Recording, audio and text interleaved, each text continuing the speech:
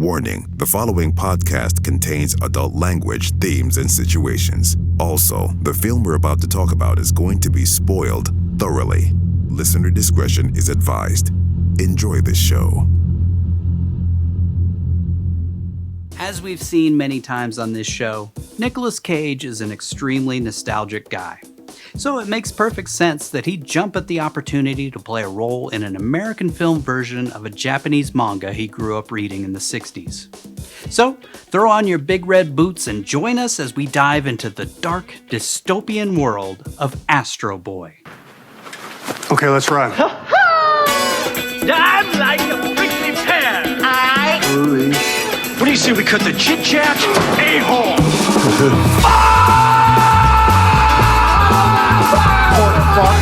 Porker, how'd it get burned?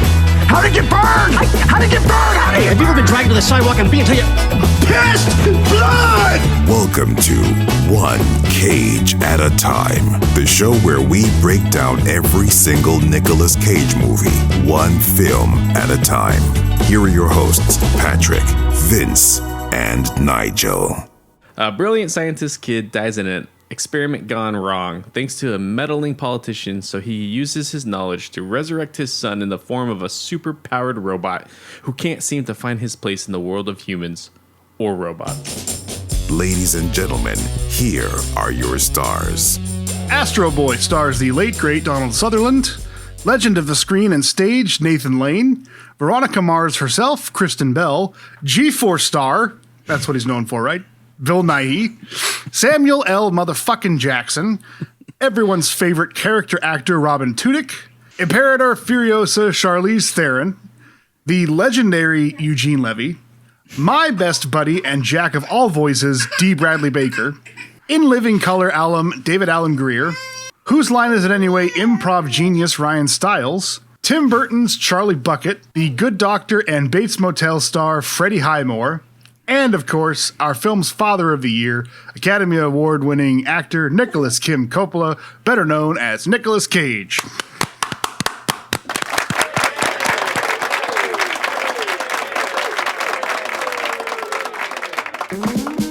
Let's dive into the nitty-gritty. Before we start, we should probably address. So we recorded this entire episode. Spent a good solid 3 hours talking about Astro Boy, of all things. Yeah. Only to find out after we finished recording that Vince's mic was not recording the entire time. Yep. So we're redoing the parts that Vince is the primary speaker for, and then just cutting around him the rest of the time. I'm sorry, like, it feels a little empty without his beautiful laugh in the background. That's all I contribute, let's be honest. Him adding jokes here and there. There were some good jokes that I had to cut, unfortunately, but I was not about to redo the entire Astro Boy, and it was mostly Nigel and I's parts that we had recorded, so we're just going to redo, we redid the synopsis, now we're going to redo Act 3, so just so you know why Vince isn't talking for 90% of this episode. That's why. I have a feeling now, this is going to become our highest rated episode. This will be the one. This will be the one that breaks through. This breaks through. Now we'll throw it back to past Nigel, Vince, and Patrick. Well, more Nigel and Patrick. Yeah. Astro Boy from 2009. Got to make that caveat because there's like 400 adaptations of this thing. Was released on October 8th in Hong Kong in 2009. That was where it premiered, and then it was released in the States October 23rd, 2009. Weirdly, we'll get into it, but these Japanese adaptations, like the U.S. ones specifically, of Japanese stories and IPs do really well in China, which is weird to me. And they always bomb in Japan. That's not weird. That part. They do really well in China, do really bad in Japan. But I'm sure Japan was like, why would you redo that? Right. Yeah. With a bunch of stars that we don't care about. Yeah, I guess. Yeah, it's true. Yeah, they don't even know who half these people are. Yeah. It had a budget of $65 million, which is a lot for some Ant Bully style animation. That's $15 million more than USS Indianapolis. Yeah. Wait, true. 25 million more. Yeah. Yeah. And it grossed 42 million worldwide. Animated films are like printing money, and somehow this still did badly. It's just kind of a surprise. I mean, it's not a horrible film. It's just not, I don't know. Yeah. There's nothing to really pull you in, and it. No. I think it suffers from, like, other people have adapted this type of story so many different times that it almost feels like Astro Boy's ripping off other things, but it's really like Astro Boy was the thing that everybody ripped off. The Seinfeld effect. This was directed by David Bowers, who is mostly known for being an animator and storyboard artist who got his start on Who Framed Roger Rabbit way back when, before working on Danger Mouse. He ended up joining Amblimation, which is Steven Spielberg's animation company, though DreamWorks is also his, right? Yeah.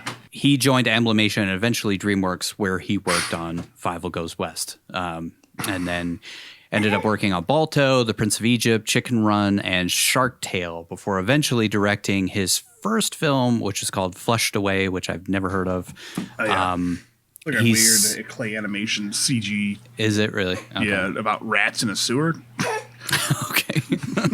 Sounds great.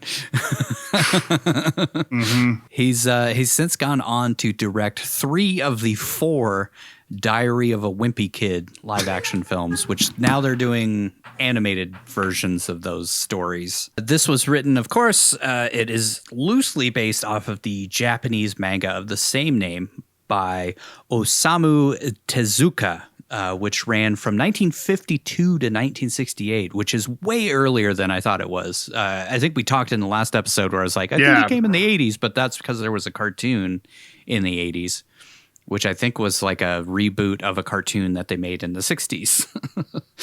So it's been around forever. I'm guessing the 60s cartoon is where Cage first found out about it. I can't imagine him somehow getting a hold of manga Japanese Astro Boy comics, as much as he probably would claim, like, oh yeah, that's where I discovered it. Yeah, I went to a bookstore and I found some Japanese manga when I was 8. Like, no, you did not. I was hanging out with Crispin Glover, and we were looking for the. I was gonna say the new Talking Heads, but that's too early. We were looking for the Talking Heads, and we just were reading Astro Boy, and it was a great time. I'm guessing he watched cartoons, and then eventually he started reading the manga. It just seems to track more with what, like a normal human would have in their childhood. Especially back then. Like, I don't think the manga probably wasn't even like in America at the time. No, I would imagine it would have to be imported. Mm-hmm. And I can't imagine a little kid importing that. Anyways, this adaptation was written by David Bowers and Timothy Hyde Harris, who is a BAFTA-winning writer responsible for some of the best comedies of the 80s, including Trading Places, Brewster's Millions, Twins, and Kindergarten Cop. And he also wrote Space Jam. None of those feel like Astro Boy in the slightest. Yeah, it felt like it was just trying to suffer from doing way too much.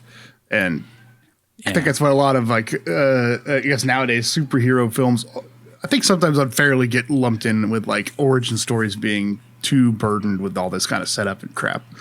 Yeah. And it definitely felt like that. You have to cram, like, multiple years worth of storytelling into 80 some odd minutes. Yeah. And it works with varying results. I don't know. It works and it doesn't work. I feel like it's just really paper thin throughout. And everything just kind of happens to make the next thing happen. This was, of course, shot by no one, but they did have a visual effects supervisor who was cinematographer Pepe Valencia. That or the Always Sunny Pepe Lives, Pepe Silvio or whatever. Yeah. That guy? Yeah, that guy. He has supervised the visual effects on other things and has done other tasks, not just visual effects, but he worked on Starship Troopers, Godzilla, The Aviator, Superman Returns. I'm guessing he was responsible for that bullet hitting the eyeball shot that everybody hated or loved from that. And a couple of great Uncanny Valley motion capture films, The Polar Express and Beowulf. God, those things are so unsettling. They kind of played around with that back in the 70s a little bit. Like, I remember, I think it was the Lord of the Rings animated film they did, like live action capture, and then they drew over the frames. Yeah. And it was so, like, unsettling. Yeah, and rotoscoping. Yeah, I did not like it at all back then. And then Spielberg was like, I can fix it. And then no, didn't fix it either. This was edited by Robert Anish, I think is how you say his name. Mostly worked in animation. After this, he went on to edit Hoodwinked 2 and the TV show Final Space, and most recently Wendell and Wild, which I have also never heard of. Anybody see any of those? I don't know. I heard the like first Hoodwinked I've heard of. Yeah, at least the first Hoodwinked I've heard is written really well. It looks really bad, but like the animation's horrible, but the movie's supposedly pretty good. I don't know about the sequel. Let's see how the editing was. I don't know. There's certain films that I'm just so happy that we never have to watch. Like there's these ones that we're forced to watch for this show, but then we like come across things like Hoodwinked, and I'm like, oh, thank God Nick Cage isn't in that. Yeah. Music by John Ottman, who I feel like we've talked about at some point, but he did the score for The Usual Suspects, which, like Moon, is another soundtrack that I've had in the background, like for when I work. I like to listen to soundtracks and stuff. The Usual Suspects soundtrack has always been a favorite of mine. Also did the music for The Cable Guy, Apt Pupil, Kiss Kiss Bang Bang. Did a handful of X-Men movies. There's just kind of a random smattering of different X-Men movies. The original, I guess not original, but the Jessica Alba Fantastic Four movies 1 and 2. And he was the guy who wrote the theme song for Where in the World is Carmen Sandiego? That should be his legacy. That'll be his legacy. Cable Guy certainly isn't. But Where in the World is Carmen Sandiego? Though I will fight anyone to the death. Cable Guy is a fucking amazing movie. One of Ben Stiller's finest directorial projects. It was also like kind of the movie that launched Judd Apatow into actually being able to do his own projects. He'd worked with other people up to that point, but he had never done anything of his own. And Cable Guy was one of his main like jumping off points. Ratings. This got a 51% on Rotten Tomatoes, 5.6 out of 10 on 139 reviews. I feel like all the animated films so far have had a very healthy sample size of reviews, so I feel like they're a lot more accurate than some of the films that we've done. Yeah. Audience score is a 50%, so right there with the critics. Metacritic 53%, noticing a theme. Middle of the road film. IMDb was a 6.2 out of 10, which seems a little high compared to everybody else's reviews. And then, of course, again, did not get a cinema score. As most of the films on this season have gone, we have not gotten very many cinema scores. It's not great. It's not terrible. It's just kind of forgettable. How about a Coppola quick facts? In 1999, Sony Pictures Entertainment purchased the film rights to Astro Boy from Osamu Tezuka Productions, intending to produce a combination live-action animatronic CGI feature, which would have been even worse, I think. I think animated was the right way to go. Yeah. Live action, I don't know what you would have done. Would you have done like an actual kid and he like becomes a robot? Going to look like a big boy flying around. It was going to be produced alongside Jim Henson Productions. So was it going to be a Muppet? Oh, would have been really interesting, actually. Now I kind of want to see that. Was originally slated for a Christmas of 2000 release, which would have been right around the time that Christmas Carol came out. Remember Christmas? That was a great movie. They had Eric Leighton attached to direct. He's the guy who did Dinosaur. Oh, wow. Yeah. This came to no result, and in June 2004, Leighton was replaced with accomplished animator Gendy Tartakovsky. Yep. He did Legendary animator. Dexter's Laboratory, Samurai Jack. The original Clone Wars 2D cartoon. Of course, you would know that one. Yeah, no, he is a legendary animator. Had a scheduled release of 2007 at that point. However, sometime after this announcement was made, Tartakovsky left to produce the Dark Crystal sequel, The Power of the Dark Crystal, which I don't think anybody has seen, right? I didn't think that even existed. That's There's wild. apparently a sequel to The Dark Crystal called The Power of the Dark Crystal. Animated? I don't think so. I think it's similar to the way that it was done originally. Gendy Tartakovsky agreed to direct, that he could direct on two conditions. The film would utilize live-action puppets as well as computer animation, and that Brian Froud would return to design the characters. So I guess there is a sequel to The Dark Crystal.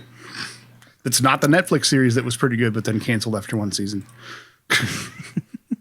Well, there you go. Now you got something to watch. I'm sure it's great since nobody's heard of it. Yeah. Also, at one point, Brad Bird was apparently interested in directing this film, which would have been kind of perfect. I mean, Iron Giant guy, like that would have been awesome. Scarlett Johansson was originally set to voice Cora, but was replaced by Kristen Bell for unknown reasons, which is weird to me. I guess Kristen Bell was kind of coming off of Veronica Mars. Maybe they wanted a more childish sounding voice than Scarlett Johansson. Scarlett could not do. Yeah, her voice is kind of deep.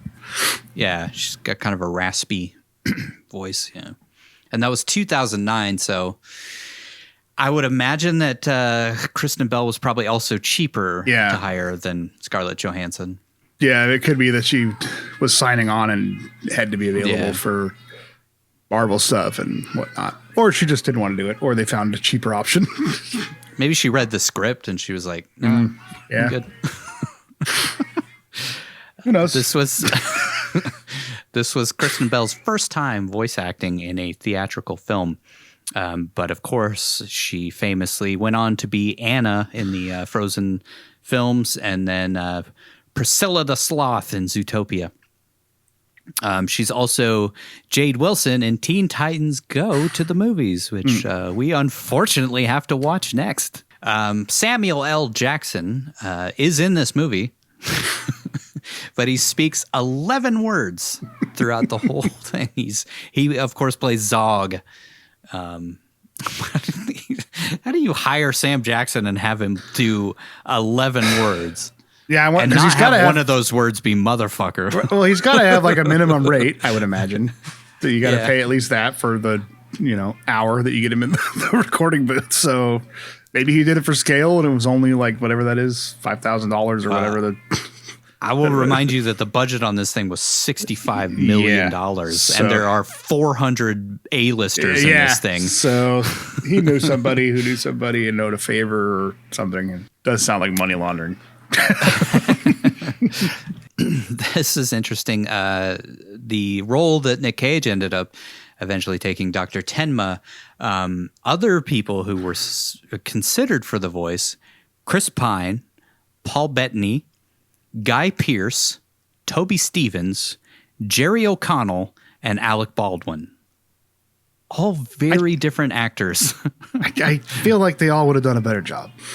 Spoilers.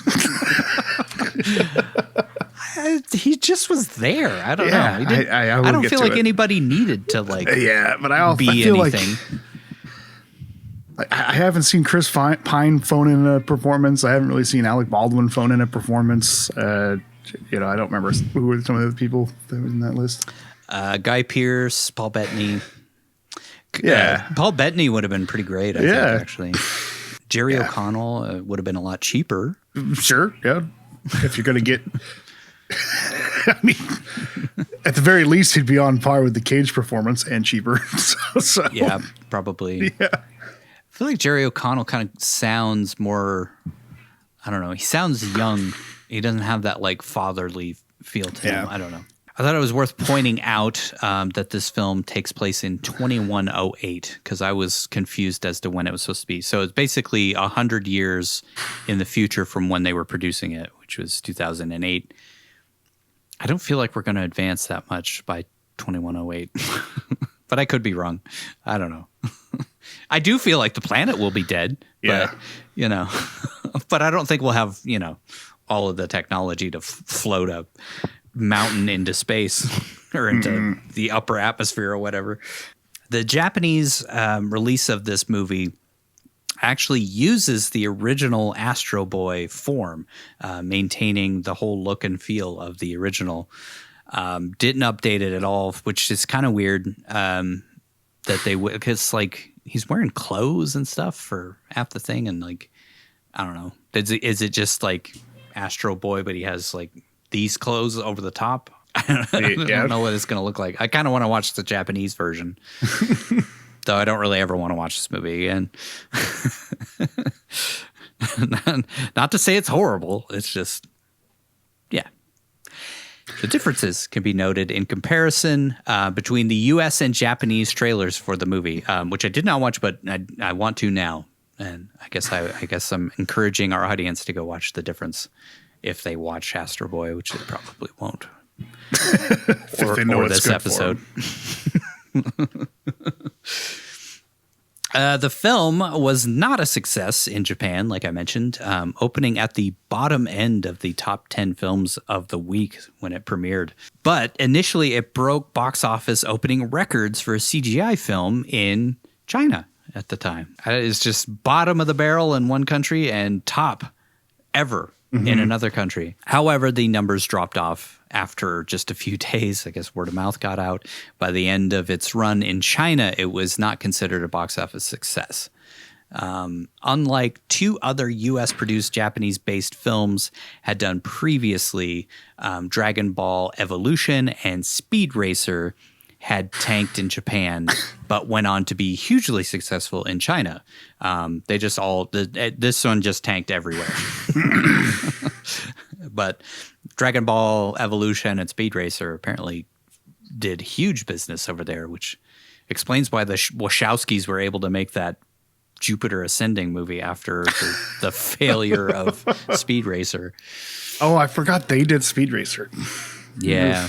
Who thought making a fucking, like, it looks so expensive and so unnecessary for what it is. It's Speed Racer. We don't need, first of all, we didn't need a live action version of Speed Racer at all. And like, to basically, it seems like, I haven't seen it, but it just seems like the whole thing was created in CG. Yeah, but it's all live action and it just looks really off-putting and give you a headache just watching it. It's just so... It tries to capture that like frenetic craziness of the cartoon, but like in a live action form, and it's just annoying and It's time for the main event. Here comes the breakdown. Act 1, the setup. Our film begins with an Elysium-style floating island in the sky and a voiceover inexplicably performed by Charlize Theron, who doesn't appear at any other point in this film. Again, it's like, how much money did you spend on Sam Jackson, Nick Cage, Charlize Theron, all of these people to basically give them like 4 lines to say? It's like when they gave Meryl Streep a role in Ant Bully just to play the queen. Why? I don't get it. I mean, like, I guess she provided the gravitas necessary for that role, but like kids don't care. Did you need Meryl Streep? Yeah, that's why I feel like it's just they know somebody who knows somebody who owes a favor and could just write him a quick couple million check for a couple $1 million.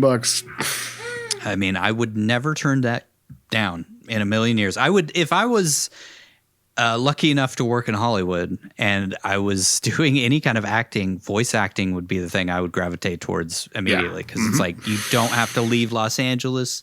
You can basically show up without having to like travel at all. You don't have to even really worry about your look. Nope. You could just kind of show up and do your lines, and they cut you a big fat paycheck, and then you go home at the end of the night every night. It would be amazing. Mm-hmm. Really got off first sentence. We got off track there. Anyway, Charlize Theron explains that the utopia they all live in, Metro City, was once a mountain that they lifted into the sky to escape a polluted, dying planet Earth down below. She says they don't know what happens on the Earth anymore as we pan over a wasteland filled with garbage. But life in Metro City is incredible. God, I hate rich people so much. This is what's going to happen to all of us, man. They're just going to leave us all behind and Wall-E the fucking planet. She goes on to say the reason everything is so great is because of robots who literally do everything for these pampered assholes. The robots cook, clean, build their buildings, raise their children, wipe their asses, and everything in between. And to repay them, the humans of Metro City throw them away like trash when they become even ever so slightly obsolete. I mean, they just like built a robot, put it in a car, and drove it into a fucking wall. Like, I feel like because of how nice Charlize Theron sounds, it's like it almost paints a message of like, oh, they love it here. The robots are doing great. Anyways, they dump all of the robots as soon as they're destroyed or obsolete to the hell planet that they left behind down below, which reminded me of Ragnarok, Thor Ragnarok, when they're like dumping shit out of those portals and stuff. Kind of the same thing. She goes on to say they all have Dr. Tenma, a genius robot engineer and scientist played by the one true God himself, for creating the robots which they throw away by the thousands on a daily basis like straws into the great Pacific garbage patch. We cut to a classroom where we see Dr. Tenma's son, Toby, and his classmates taking a pop quiz, which Toby finishes in seconds since he's also a genius. If movies have taught us anything, it's that as much as you try not to, you will end up being exactly like your parents in every single foreseeable way. Including in most movies, literally just looking exactly the same. Dr. Tenma says he can't take Toby to a symposium on quantum mechanics because President Stone wants to unveil a new robot called the Peacemaker. Toby says, "The Peacemaker? You've got to be kidding me." And Tenma says, "I never wanted a kid." I mean, I never kid. Toby wants to see the unveiling for himself since his dad always talks about the Peacekeeper, so he reprograms his robot butler, forcing him to drive to the Ministry of Science. At the Ministry of Science, the president, played by Donald Sutherland, finally getting a Donald Sutherland appearance in a actual role where he's actually in the film. Well, I guess not, because he wasn't. Yeah. He was just a voice in Lord of War as well. So I guess, I don't know. I wonder if Nick Cage and Donald Sutherland ever actually worked together. He asks if the robot is ready, and Tenma warns that his colleague Dr. Elephant won't be happy that the president has decided to use his discovery for military purposes. Toby shows up and gets his dad's attention, causing a huge detail of guard robots or dark troopers or whatever to stop him, and Tenma is upset that he turned their helper robot's brain into mashed potatoes. Probably not the first time that Toby has reprogrammed or killed one of the robots that they have around the house. Toby and the president chat since Stone is excited to meet the next genius who will continue the robot holocaust after Tenma retires or whatever. But Toby makes fun of a robot the president is using to murder civilians on the planet below or something. So the president tells the kid he can wait in a broom closet somewhere while the experiment happens. Put this fucker somewhere else. Seems rude to do to somebody else's kid, but whatever. In front of their dad. President Stone is a real piece of shit from the jump. In an auditorium, Dr. Elephant is giving a presentation on a new kind of sustainable energy they made from a fragment of a star called blue core energy. He says the small sphere of energy could transform the surface world, making it habitable for all living creatures and bring water back and make the mountains have snow on them and all sorts of stuff. It's crazy. I don't understand. I mean, I guess energy, like... it could be used in a power plant of some sort. Yeah, which I love that they just abandon completely and don't use. Yeah, like if I guess it's unlimited energy, so you can use it for whatever, and without polluting everything. Yeah. Seems like it would be good for the planet, but no, let's put it into a little robot boy. Never use it for good. Tenma and the president interrupt the presentation, and when the president hears Elephant talking about using the energy to clean Earth's water, reverse the effects of pollution, and restore life to the planet, Stone calls him a dangerous idiot. Dr. Elephant says, unfortunately, when refining the blue core, they also created a byproduct called negative red energy, which immediately gives the president a big, shiny murder boner. And he says that women voters are really partial to the color red, so, you know. That'll be good for his campaign. Suddenly, the Dark Troopers walk on stage and confiscate both the blue and red energy, much to Dr. Elephant's horror. And President Stone says he's going to use the cores to give the people of Metro City a reason to re-elect him. Cleaning the Earth for billions of people, presumably still on the surface, or use it for an uncontrollable murder robot to help you get re-elected. It all just felt like science fiction at one point, didn't it? That's our daily reality. I'm glad this will be coming out after the election so we can see how this all shakes out. But right now we're all fucking terrified, and this is just too real. In a giant lab room, Elephant begs Tenma not to let the president do this, but Dr. Tenma argues that they have to, since without military funding, they'll be shut down.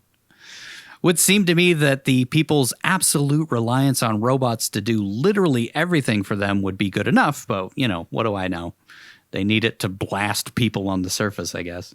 One of my biggest Coppola questions of this whole thing is like, really? The military needs, like, that's where you need your funding is from the military for this utopia world? I don't know. Yeah. But I guess it's for, like, down below. We see that, like, basically the planet isn't any different. It's just polluted. That's it. Yeah. And, like, lush and green in some spots, which I feel like they shouldn't have done. Yeah. Maybe they were just trying to show that, like, life isn't as bad as they thought it was on the Earth. I don't know. We'll get to it. We see a giant evil-looking robot lowered to a platform between the two cores before cutting to Toby escaping the broom closet and making his way to the unveiling. Stone stops the scientists from loading the blue core into the murder robot since pure positive energy doesn't make for a terrifying monster capable of killing everyone. So he tries to force the scientists to load the red core, but they all refuse. So he just takes the controls while his guards hold the scientists back, and he loads the red core into the robot like it's a video game. Oh, it's like a video game. To test it, they send a bunch of drones to shoot at the robot, and it destroys them all, no sweat, before absorbing them into its body to grow more powerful, which is, I guess that's supposed to be like a new technology that they came up with. Being able to absorb other things. So, like, can Toby do that when he becomes Astro Boy? He's not using the red energy, so maybe not. Well, I thought that was, like, part of the Peacekeeper's thing was, like, that it could absorb shit into it. And it didn't matter if it was the blue core or the red core, but... Toby sneaks in to get a better look, and when the robot turns on the humans, they lower a blast door, trapping the Peacekeeper and Toby behind it. Dr. Tenma is horrified to see his son in harm's way, but when he goes to open the door, it malfunctions for some reason. Like, it's the only time anything malfunctions. Yeah. The red robot... the red robot powers up. I just, for some reason, Red Rocket popped into my head there. I don't know. Powers up some sort of Mega Man blaster to destroy the door, which causes Dr. Tenma's only child to be turned into vapor while his dad is reassuring him that everything will be okay. It's going to be fine, Toby. psh, gone. Except the hat, Toby- for some reason. Toby is completely disintegrated, except for his hat for some reason. Which makes no sense at all. All organic material gone, except for the hat. The robot uses another weapon to get through the door, and the president's robot guards are helpless against it. The only thing that stops the rampage is Dr. Elephant using some sort of power plug that I guess is tapped into the blue energy core thing, which he stabs into the robot's chest. I was very confused about that because it's like power plugs on the ground that I guess are connected to the Each other, energy yeah. core. I guess, that's why they made it something vague like the heart of a star or something, is so that they could just explain away any kind of technology as it's just blue energy. That's how it works. The Peacekeeper is neutralized and Dr. Tenma searches for his dead son, finding only his hat.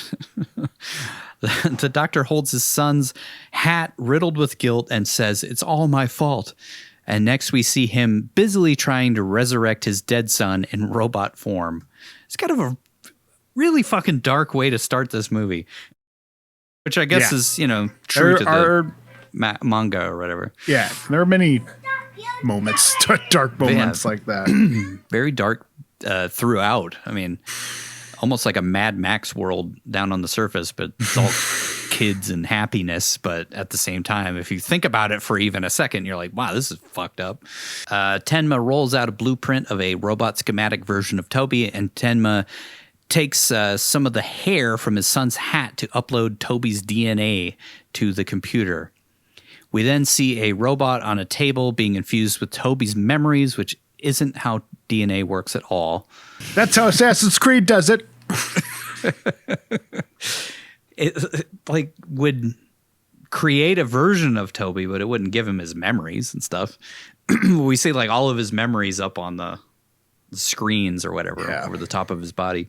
Quick fact: as Astro Boy is under construction, the blueprint plan briefly seen has a drawing that is exactly how the character appeared in Astro Boy in the 60s, the 60s cartoon. Just for a second there, you see it.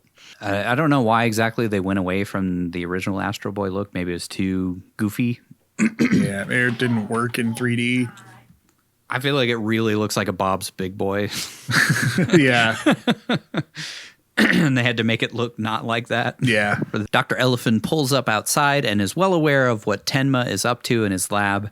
And inside, when a scientist in a red beret and glasses says Tenma has gone crazy, Elephant says, "If you lose your son like that, and you don't go crazy, you're not a human being." I do feel like Bill Nighy brings a lot of weight to this character, which is kind of necessary. It sort of balances out Tenma. And also Cage's kind of flat delivery on most of his lines throughout. Bill Nighy is always great in everything except for G-Force. Quick fact: a man in a red cap and glasses with a big nose appears in almost subliminal cameos throughout the film. This is a frequent self-caricature of Osamu Tezuka, the guy who wrote the manga back in the day. A Holocaust. A hologram scans over the robot skeleton, giving it red boots, hair, skin, and a pair of black booty shorts for some reason. But no nipples. No nipples. Still very sexy. But Tenma says the new Toby has the most advanced defense features systems ever created, meaning he won't lose his son again. And he throws him away 5 minutes from now. Dr. Tenma asks if Elephant brought what he asked, and his colleague says, "I couldn't refuse a grieving father." Elephant produces a case with the blue energy core full of nothing but pure positive energy that we saw earlier. Again, save the entire Earth, reversing centuries of pollution, or resurrect a dead child into a robot abomination that's capable of killing us all. I guess we have to get our priorities straight, Fuck that kid. What was he doing for the world? Sure he was smart, but we have the chance to resurrect the Earth or bring back this dead kid. Yeah. Fuck Toby. When Tenma takes the core, Elephant warns him that it's unpredictable, to which Tenma says, it's going to make it perfect. Perfect! Just like Toby was. One of the few cagey moments throughout the film.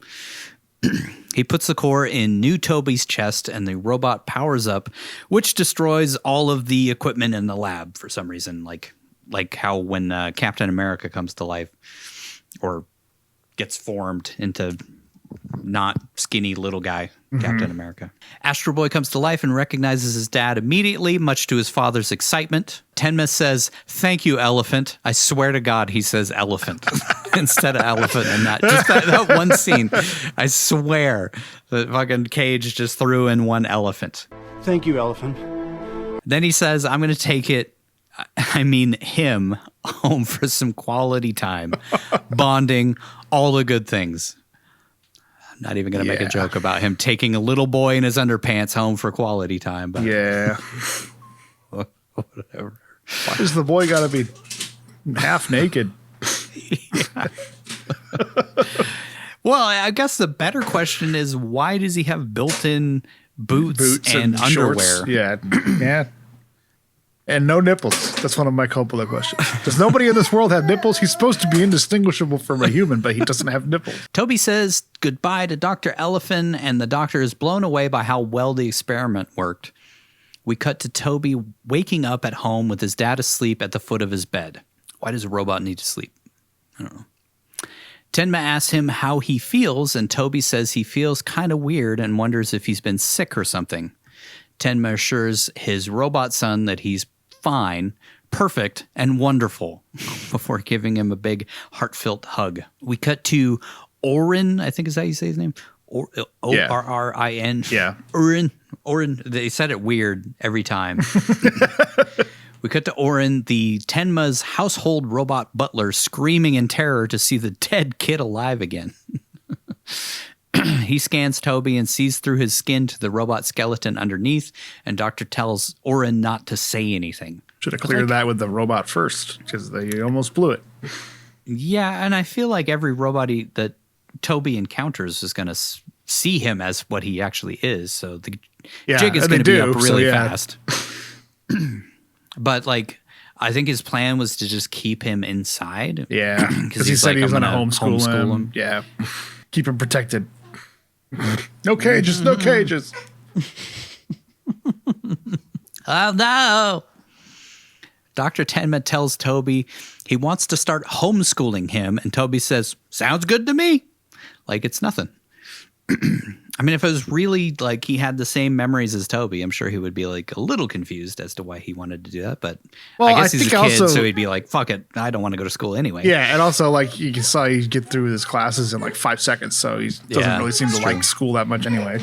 He's not really being challenged at school. I mean, I'm guessing if your dad is a robotics genius, then he might give you more of a challenge. Yeah, true. Going to do some 4D calculus. Yeah. Toby tells Orin they're going to be hanging out together all day, every day, which causes Orin to drop his breakfast all over the place. Which is also like, does Toby eat now? Does Astro Boy eat? Because I never see him eat in any scene, and every time there's food around him, he either ignores it or he gives it to somebody else. So he was really excited to eat the garbage pizza later on, but then doesn't actually eat it. So I would assume he could. I mean, I'm guessing it's like Data is fully functional in all aspects. Could Data eat? Yeah, that's true. Walking. Just know that joke where he like has sex with somebody in Tasha Yar. Yeah, he talks about he's fully functional in every aspect. Yeah. Yeah. That's what we all want in our house. Corpse robot walking around, creepy yellow eyes, cadaver skin.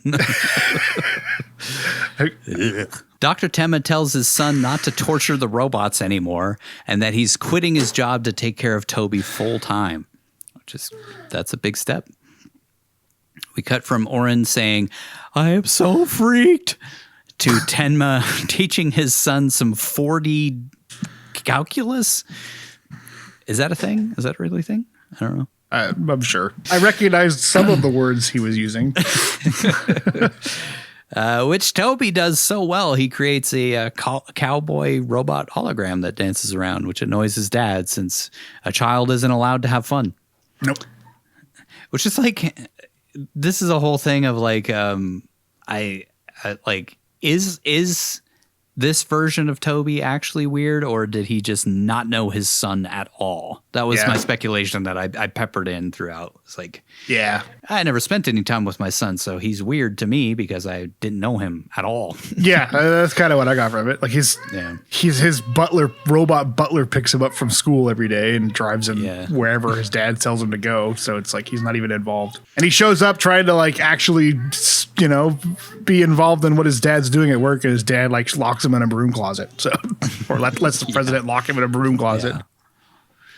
Dr. Tenma gives Toby a load of philosophy and scientific books to read before saying, "Just give these a read to get the old brain humming again." Word. I can't remember. Did you write down the joke that was on one of the cover of the books? I can't remember what it was. It was like a joke on a cover of the book. Yeah, one of the book. God damn it! It was like Kant something. No, that one is. It was Descartes before the horse was the name of the book that he shows him. Little details, I guess. Yeah, I thought it was because he had the book on Da Vinci and stuff. But yeah, it was like Emile Kant, and then it was like Descartes, but he doesn't mention it. But it says Descartes before the horse is the name of the book. So I guess it's like Descartes for dummies, Tenma leaves his robot son alone with the books, and Toby uses the books to recreate a bunch of Leonardo da Vinci's inventions with the pages, which also gets kind of weird. I don't know. Yeah.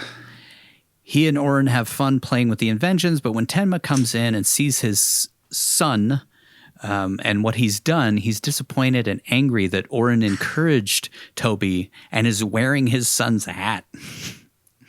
He's really pissed. There's some real robot racism going on throughout this. Mm-hmm. It reminded me of some of the things that I've heard about apartheid, South Africa, and like when people got too familiar. Yep. Yeah.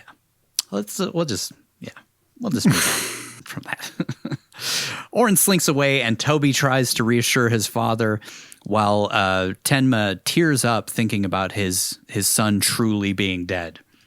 Tenma sends Astro Boy to his room, and the doctor calls Elephant to say he thinks he made a terrible mistake creating a robot version of his son. You think? Tenma explains that he finds new Toby to be very strange. Like I said, most likely because he's been an absent dad his entire life and had no idea what his son's personality actually was. He yells at Elephant after he tells Tenma to give the robot a chance that every time I look at him, he reminds me that Toby is gone and he's never coming back. Toby looks at a photo of he and his dad and asks, "What's different? I've never seen Dad angry before." This is so dark, dude. Mm-hmm. And suddenly some window washer robots start making fun of Toby's haircut. He can understand everything they're saying since he's also a robot, and both Toby and the robots are shocked they can understand each other. I had a lot of questions about this too, because it's like everybody can understand everything every robot says aside from in this scene. So maybe there's certain robots that aren't, that are like, they're like R2, they just speak robot. They don't. Yeah. So other humans don't need to understand them. I think they should have set that up of like them making noises and then suddenly it like switches to speech or something. Yeah. Something to make it more clear to us because it just felt like they were just talking. Yeah. We've only seen them talking to other robots just fine. So yeah, maybe it's supposed to be an allegory to like, I don't know, Hispanic speaking like housekeepers or whatever, you know. Oh, you can understand us? Hey, I'm not making the connection, the movie did. Just because they're spray bottles and they speak a different language. Window wipes. Toby tries to grab one of the robots to find out what's happening, but he's drug out the window where he falls several stories before Toby activates some rockets on his feet. Toby is shocked at his new ability, but once he gets the hang of it, he just flies around the city, setting off speed cameras, cooking food and people. I don't know if you saw that one, right? Like his rockets go over some lady and she's tan all of a sudden. And then racing with a train. He flies above the clouds and then punches his way through a mountain, which seems like a real dick move. And then decides he has to show his dad his newfound powers. Act 2. Let's get some motivation up in this thing. We see the president's ship slamming into a billboard while he laments about his approval rating going down. The ship tracks Astro Boy on their scopes, and the president is excited that the surface people are attacking them, since that will surely get him reelected. When Stone's men say it wasn't the surface, he assumes it was his opponent, which is all too goddamn painfully real right now.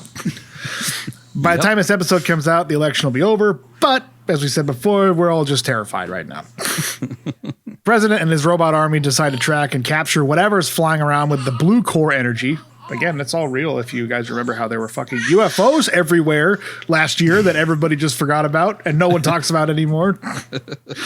They were weather balloons, man. They were Chinese balloons. Stop asking. We shot one down in Alaska. Stop. No, we couldn't recover it. Stop asking about it. Didn't happen. When Toby arrives home, he hears his dad telling Elephant to deactivate Toby since he can't bear to see his face again. Dr. Elephant tells Tenma that he can't just throw Toby away like a piece of junk, and Toby walks in to confront them. What a great dad. Dr. Elephant explains to Toby that he's not an ordinary boy, and Tenma says, "How did I think this could work?" Toby finds out he's not Toby anymore, but rather a robot programmed with Toby's memories, and he's crushed when his dad says, "You're a robot, and I don't want you anymore." It would have been worse, I think, if Cage had given like any type of emotional performance at all at any point in the movie. True.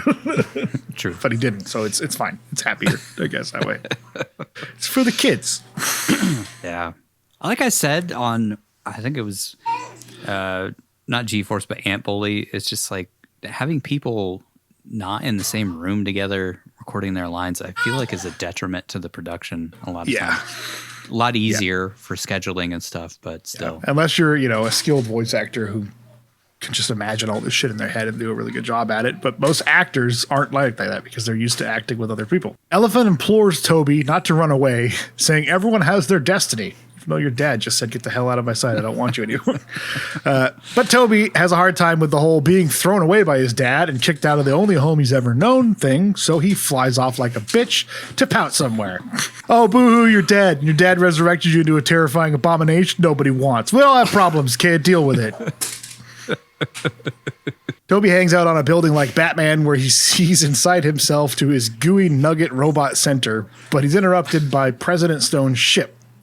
The president realizes what Tenma did and decides to capture the Robo Boy. Astro Boy flies off and nearly gets captured by what I think are those green sticky hands you used to get out of vending machines, Those things. Yeah, I don't know Whatever why those that are called. Well, he breaks free of those because he can fly through a mountain. But anyway, he breaks free of those by flying through a narrow passage of a skyscraper. But in the process, he saves the robot from falling to its death, and the robot tells him he loves him. I thought this was going to come back of like all the robots suddenly love Toby. Yeah, I thought a lot of stuff was going to come back around, but it either didn't or just sort of did and then moved on. Yeah. The You president would think that like President Stone's guard, like his dark troopers, would the word would get around that like Toby's not a bad. I think they're humans though. Are they? Because there's one part, the one he saves, the one you're talking about that he saves, actually, because he talks about he pisses himself, like his little things that he's like, his little readout at one point. It just says like fluid release or something like that. Which I took to mean that they're humans. And because they're flirting with people, like one of them's flirting with a woman. The president calls for the Spirit of Freedom, which turns out to be a gigantic superpowered flying battleship with mission accomplished across the top of it. Doesn't have that. Toby's struck by several rockets, which eventually knock him off the floating Metro City Island onto the surface below, and President Stone calls for a state of emergency until Tenma's boy is found after they watch him fall to the surface. Cancel all leave for all the soldiers.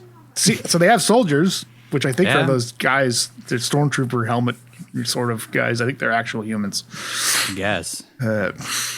I mean, if they are like some sort of meld between robots and people, that's even more horrifying. Like this movie's already horrifying if you think about it too deeply, but that's even worse. It's a prelude to the Warhammer 40K universe. Toby wakes up in a pile of destroyed robot bodies, and like zombies, the robots all start crawling for him to harvest his parts. He's eventually knocked off the hill of bodies by more body parts falling from the sky, and he wanders the wasteland for a sec before being spotted by a robot dog / trash can. The dog leads him directly to a trap set up by some human kids who mistake Toby for being human himself. Toby plays along and says he's a kid from Metro City, and Cora, Kristen Bell's character, sarcastically makes fun of him for being a little rich boy from Metro City. She says people from Metro City think the surface dwellers are garbage, and Toby says the people of Metro City suggested he find a new home. So now he's garbage too. Yeah. Literally.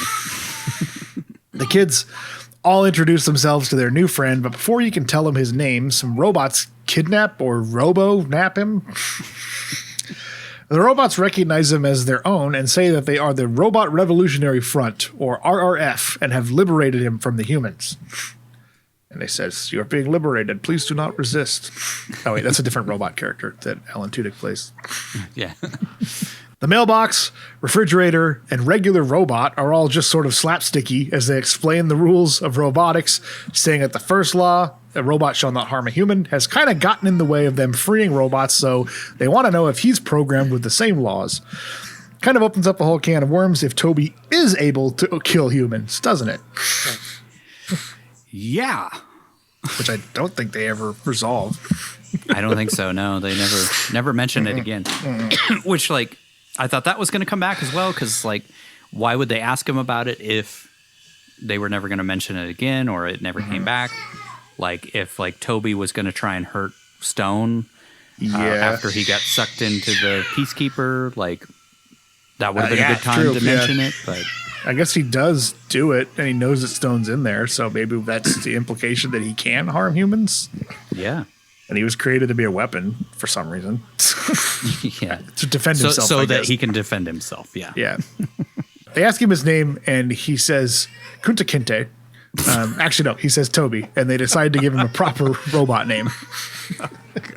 So the mailbox comes up with Astro. The robots show Astro the plan to stop some guy named Hamegg that they want to make an example of since he enslaves their kind. Yeah, that's right. I said his name is Hamegg. I thought it was like Hammond or something like that. Yeah, no, it's Hamegg. No, Hamegg. Hamegg. I imagine maybe these names were from the original I think so. Japanese translation to English, and they were thought they were way funnier than they actually are. Like Tenma is definitely a Japanese name. Yeah, but like and then Elephant, like it probably just sounds really funny to somebody, some Japanese speaker who learns English as a second language, to make names that are kind of like English words, but not. I looked it up to try to find the trailer for the Japanese one while you're talking, and I couldn't see a difference. But anyway, it looks like his name is Atom Boy in the Japanese, which I guess for some reason the Japanese are obsessed with atomic power. I don't know why. Can't imagine why. I wonder why they changed it to Astro in English, but whatever. Maybe. Yeah. Anyways, we'll move on. We'll move on from that one.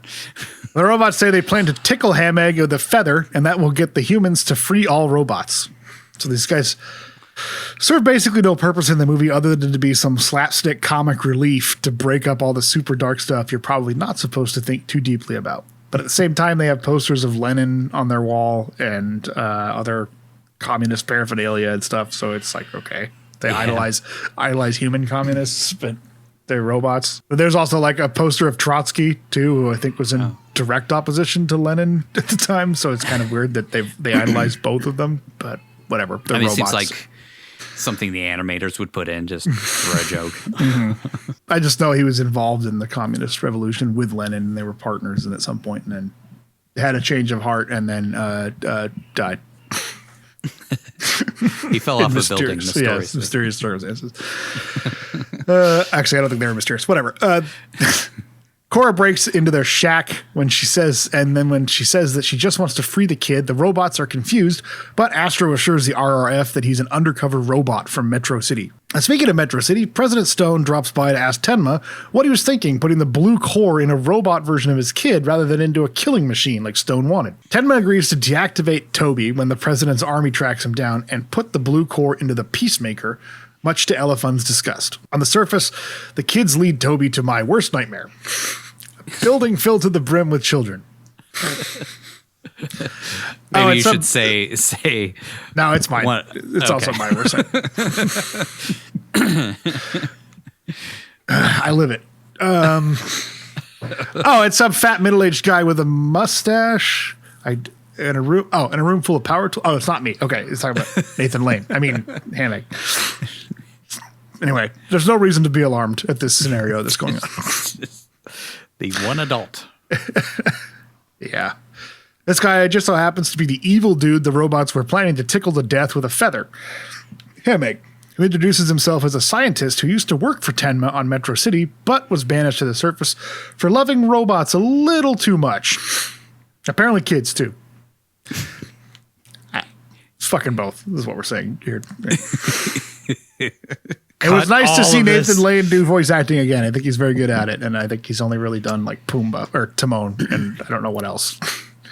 Yeah, I don't really understand why he doesn't do more. I think he's a real he seems like he's really puritanical when it comes to like stage acting, and I think that there's a part of voice acting that he doesn't like because there's no interaction between an audience or between other actors and stuff. So I'm guessing that's why. He's not much of a movie fan either. That's why you don't see him in tons of movies, because he loves the stage. That's his calling. The kids and the only adults sit down for a stale takeout pizza where Hamegg asks if Astro's parents know where he is. Failed opportunity to have them all eat ham and eggs, but I guess that's what happens behind closed doors.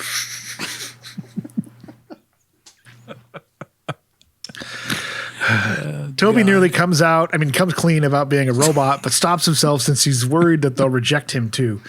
The kids say their little hideout is a parent-free zone and that they're all orphans who spend their days tracking down robot parts for Hammock. I don't like this at all. Yeah, the setup is very odd. Toby goes to bed after being tucked in by his new father figure, content that he may have found a new home among the trash people, but the robo-dog growls at him since presumably it's the only one who knows the truth. Except there's tons of robots available, so it would come out at some point. Yeah. Also, I don't know when the robot dog seems to have a change of heart about Toby, but he's trying nonstop to get everybody's attention to show them that he's a robot, but then suddenly he's like, oh, he's cool. Yeah, it's just one of those plot threads that just sort of evaporates. Yeah. Like a kid in front of a death machine monster. Except for his hat. The next morning, the kids venture out to a lush green landscape that is not at all desolate hellscape that we've seen under the surface up to this point. I'm guessing the implication is that the floating Metro City hasn't been over there in a while to dump tons of robot garbage all over it for some reason. Yeah. I think the implication is that the Earth is healing, but they are so busy with their own thing that they don't care anymore. They don't even look to the surface anymore. Or it's just that, nature will always heal itself if you give it the opportunity to. Mm-hmm. The dog bot keeps pestering Astro to come clean, but he says he wants the others to get to know him first so they don't discard him like trash like his own father did. Yeah. This is one point where he can understand the dog, but we can't. So why didn't we set that up Yeah. I don't know. And it's not a dog either. It's it's a trash can. Trash can. That acts like a dog. Yeah. There always has to be something that gets morphed into a dog in cartoons. I don't understand why. There's a horse, it's a dog. There's, a baby, it turns into a dog. Yeah.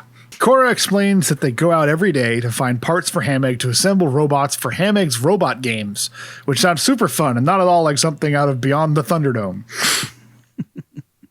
The dog writes, he's a robot onto the ground with an arrow pointing to Toby, but the only kid who can see it can't read. I'm pretty sure that kid's name is Vince, if I remember right. Toby finds an iron giant nearby as a reminder that Brad Bird almost directed this. The kids tell Toby not to bother with the giant construction robot since it's over 100 years old and weighs a ton, but Toby uses his blue energy core to resurrect Zog, and the giant robot immediately comes back to life. We cut to Ham-Egg training a robot how to fight, but that's interrupted by Zog stepping on the robot and crushing it to a paperweight. There's a real like weird morality with the robots throughout. Yeah. Like, sometimes they're like, we need to treat them like people, and sometimes it's like, oh, it's funny, he got smashed, and he's gonna be living as a pancake for the rest of time. I don't know. It's a little muddled. When it's for comedic effect, it's hilarious. Yeah, it's just I thought that smash too. the Like, robots up, but there's like this weird. The movie never really wants to stick to a core of an emotional message. It seems like it just sort of bounces around stuff, scene to scene, whatever. Yeah. Suits what's going on. Ham-Egg is shocked to see the giant robot and can't understand how Astro got it running again. Toby says he just kicked it and it came online, but when Ham-Egg uses a device to read how much energy the robot has, he also discovers the blue core energy inside Astro Boy. Ham-Egg pretends not to notice, but he gives the kid a sinister, I'm going to rape you like the others. I mean, I'm going to put you in my robot games smirk. Suddenly, All Right by Supergrass, that one-hit wonder from the 90s that's in every other movie and commercial, starts playing, and the kids get to work cleaning and painting Zog so he can go fight the Incredible Hulk or something. I feel like that song is used a lot, especially like early 2000s. It's catchy. Cora falls from atop the robot, and Astro uses his rockets to catch her, but no one sees it, and he can explain it away by saying he's faster than he looks when Cora asks how the hell he caught her 10 feet up in the air. But she gives him a little smirk. How'd you do that? Yeah. I mean, she gives him a little smirk, and it's clear that she's catching feelings for this Robo Boy in his sexy red boots, but she doesn't seem to get that he's a robot. He can just jump up and catch her. That was weird. I don't know. I felt like they were trying to make it to where he only jumped up a little bit, and she was too distracted by the fall to realize that he caught her halfway up in the air. They reveal Zog's new look to Ham-Egg, and they all take a cheesy family photo together for some reason. Astro says goodnight to Zog, and Trash Can Dog tries to get Toby to play fetch with him again, which worked out great last time. This time, though, the Robo Dog is his friend. Yeah, so I guess just one day of hanging out. He was like, this guy's all right. This robot's all right. Yeah. Astro throws the bone wrench about a mile, and he looks up at his former home in the sky. He hears Cora trying to reach someone on a phone of some sort, and then Astro surprises her. She tells him not to sneak up on people. She says that on clear nights, sometimes you can still call Metro City, and Astro is shocked since Cora hates that place, but clearly she secretly yearns to be chosen for the Hunger Games. She says she can't get the phone to work, but Astro uses his blue magic beam to fix it instantly somehow. Cora works for everything, literally, everything you could just beam the blue stuff all over the entire planet. Everything will be fixed. Yeah. All the trash will be gone. All the streams will be clean. Yeah. Or all the robots would wake up and rise up against the humans. It would be Terminator. Zombie robots. Yeah. That'd be awesome. That would have been an awesome third act. The robots all rise up and kill everybody. Yeah. Well, Cora tries desperately again to get through to someone, and it's revealed that her parents are still on Metro City and that she's been hiding that she's one of the rich kids. Also opens up a can of worms of how did she get to the surface? Yeah. Or why? What? I don't know. We'll talk about it. That's one of my Coppola questions, I guess. Astro says that he won't tell anyone her secret and tells her that he finally feels like he has a home with Ham-Egg and the Junkyard Kids. He almost tells her he's a robot, but chickens out before saying he guesses Ham-Egg is sort of like their dad now. Act 3, The Resolution. The next day, Ham-Egg and the kids march down the road in a parade of some sort with Zog towards a giant arena, and Astro finally realizes the robot games are a battle to the death. And what did he think the robots were gonna do at these games? Pole vault? Which now, being in the future, I would have enjoyed that because I would sure hope that one of those robots was as hung as that freaking French guy, and we could have seen his cock hit the bar. Anyways, I mean, it would be a shame if the robots aren't hung. I mean, that's just a waste. Exactly. Anyways, back to this is kids film. Anyways, Astro confronts Hamake since he thought he liked robots, to which Hamake says they're just junk waiting to happen. Hamake says that they must seem like they have real emotions, but it's just their programming, which is why he has no problem zapping Toby with some sort of tuning fork, electrical device thing that makes Toby fall to the ground and, well, probably shit his little robot briefs. The kids are all shocked to find out Astro is a robot and feel duped by his kindness, so they're all cool with ham and eggs, putting Astro into the Thunderdome. Toby wakes up to Hamake introducing him to the crowd as Astro Boy, and that the kid thinks they're all trailer trash. I think that's the first time they use Astro Boy in the movie. I think he's Astro or Toby before that. I think they had to give him a flashy name like Spider-Man. Yeah, I was going to say, like, when he's fighting the human spider. Spider-Man. Yeah. Bruce Campbell named Spider-Man. I didn't know that until I saw that movie.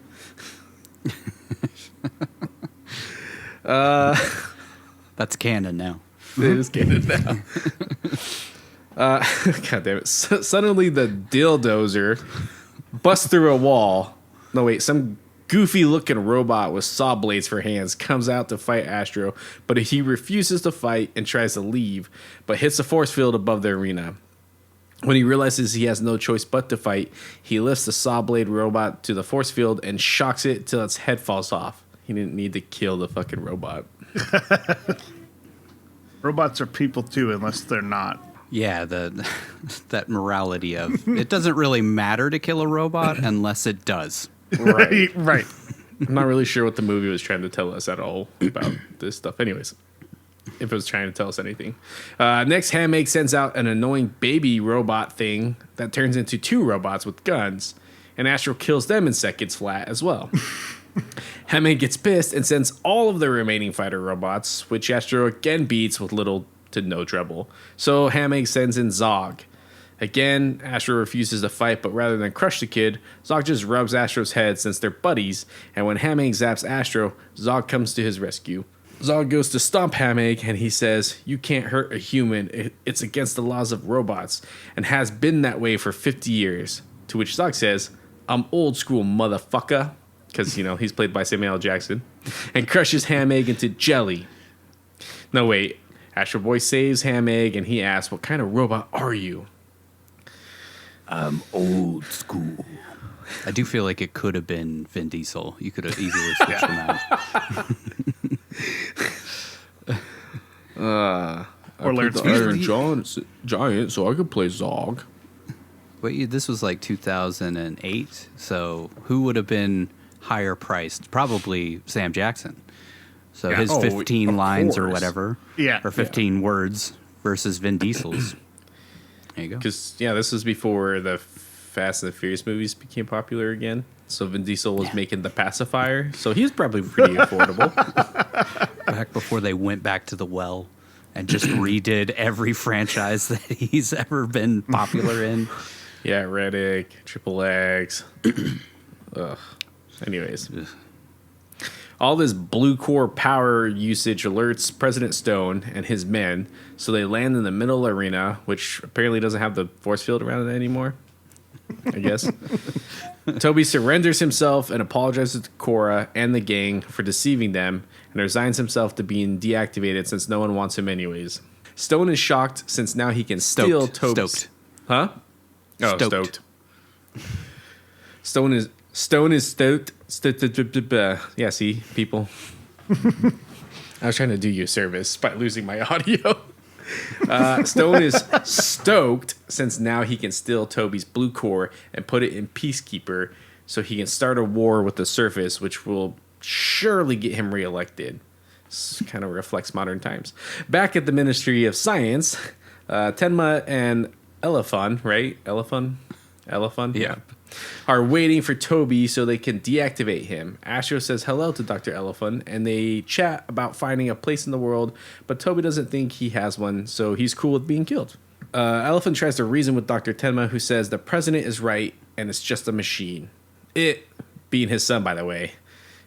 When they're alone, Tenma takes out the blue core and apologizes to Astro for taking his life.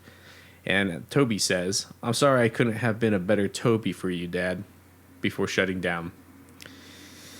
Racked with guilt, Tenma hands over the core, and President Stone says, after I'm reelected, you can have the funding to make as many little toys as you want. Tenma grabs his arm and says, no. Sorry, he says, no. If you want the core, you're going to have to kill me. Then Tenma lowers a blast door and puts the core back into Toby. It's kind of a pretty abrupt change of heart. Called him Dad. What was he supposed to do? That's all you gotta do, dude. Astro comes back online and Tenma says, you may not be Toby, but you're still my son. And they embrace as Stone and his robot guards open the blast door. Toby flies out of the lab through the ceiling, which causes Stone to arrest the scientist and order Elephant and Tenma shot for treason. Stone again finds the red core. He's been exactly the same as Toby. He just didn't know his son at all. That's the only thing I can get out of it, because it's like he is literally exactly the same as the kid that we saw in the beginning of the movie. Yeah, right. Except he's got robot powers. That's it. It was this weird. I don't know. And having never read the comics, I'm not sure if they had a better relationship with the comics. But yeah, I kind of figured like it obviously tells you that he didn't know his son at all. And then when he, earlier in the film, when he gets rid of him or wants to get rid of him and Toby takes off, it's like, what was the whole point of bringing your kid back? You knew he was going to be half human, half robot, right? So are you disgusted that he's a robot and you don't see robots as living things? Or is it just you really didn't know your son, so you don't even know that this is just a carbon copy of your fucking kid? Yeah. That's what I got from it, is he didn't know his son at all. Yeah. Which is weird because like Toby's like obsessed with him, and they kind of painted it as if they had a great relationship, but then I don't think they did. I feel like they painted it as they didn't like. They were just awkward and like quiet his around dad each other. Sent the robot to pick him up from school every day. You know. Yeah, but that's what robots do. It's no different than a butler because his dad's famous. Well, then it's the same thing. Yeah. Workaholic dad would send the butler to pick the kid up from school, and he'd have a better relationship with the butler, which is true. Yeah, which is true. This Yeah, movie. But he called him dad, so it's okay. Anyways, Stone again finds the red core, which is just sitting out in the open, despite being basically the most dangerous thing on Earth. And again, he puts it in the Peacemaker, because that worked so great the first time. The robot comes to life, and Stone orders it to kill Astro Boy and to return the blue core. But the robot refuses and absorbs Stone into itself. So now it's just like has his personality for some reason, and he's the one controlling it. Yeah. Well, doesn't it have the ability to absorb stuff? Yeah, I thought it was only. Yeah, but I thought it was only supposed to be able to absorb robots or technology, not people. I don't really understand. I feel like I've mentioned it before, but like I did because we did it. We did this episode. It just seems like a huge design flaw to be able to take over a robot, a killer robot, through your personality. Like it's supposed to be this machine that you're controlling, but then if it absorbs something with a personality, suddenly it has that personality and that person is controlling it. That doesn't seem like a good thing for a murder robot. Anyways, President Stonebot starts absorbing everything in the lab to make itself bigger and starts wreaking havoc in Metro City. Astro Boy hears explosions, so he decides to help the people who threw him away like garbage. When he arrives in the city, he sees that Stonebot has absorbed that Spirit of Freedom ship, or blimp from Fallout, and half of Metro City as well, and now stands hundreds of feet tall with the ability to destroy buildings with a single punch. When he sees Astro, Stone fires at him, and Astro discovers his arms can turn into cannons. Convenient. We cut to the surface where Hamig is blowing where Hamig is blowing Dodge. I thought that was going in a different direction. Since everyone hates him, or his parole officer found out that he never registered as a sex offender. See, when he moved to the surface, but the kids decide to steal his car with the help of Zog so they can go help Astro. Stonebot absorbs some more buildings and grows even larger as Toby tries to hold his own against him. Astro Boy causes Stonebot to accidentally drop a building on himself, and the people in Metro City start cheering him on. Stonebot catches Astro, and guns come out of his butt, which shoots Stone's eyes out. What is it with like kids' movies and butts? Like there's always some butt joke. Butts are funny, man. Yeah. Butts and farts. They are. Ripe with comedy and ripe with other things. Right. Yeah. I wonder if Dan Schneider had anything to do with this. Suddenly, he's like one of the fembots from Austin Powers, or I guess more like a twink bot. Yeah. I'd be into that movie. Suddenly, Hammock wants him back. Hammock's like, maybe I was a little too harsh. Or not harsh enough. Or not harsh enough. Stone hits Astro with the building, sending him flying, and while laying knocked out on the ground, Astro almost gets stomped on, but the junkyard kids save him in Hammock's car. They barely escape Stonebot, who knocks out the power to Metro City, which causes the floating island in the sky to descend back down to Earth. Seems like a pretty big flaw that you would just be able to take the power out like that. You think you'd want it in a more secure area, but whatever. Astro Boy flies out of the car and lifts up the city like Superman or Iron Man while gently guiding it down to Earth. Astro slams an I-beam over Stonebot's head, then punches him in the chin a bunch before the Peacekeeper pulls Astro into its red core, where Astro's essence seems to be absorbed for a second before causing a positive-negative reaction, which sends Stonebot and Astro flying. Tenma finds Toby in a half-destroyed building, and he explains that if the red and blue core come together, both of them die. Weren't they fused like as a star or whatever? So I don't understand. I don't know. Also, how the fuck did he find him so fast? Like, where were you, Tenma, that you were able to see where Astro went so easily? He's flying around in his flying car, you know, with Eugene butler. Levy. Yeah. Boys! He's over there. Stonebot grabs Cora and the gang in the car, and Astro realizes there's only one way to stop the rampage. Astro tells his dad that this is what he was created for. I mean, not really, but okay. When Tenma tries to stop him, Astro Boy says, "I'm sorry, but this is who I am. Onward and upward, Dad." It's a nice way to use his catchphrase. Have to be the Iron Giant, Dad.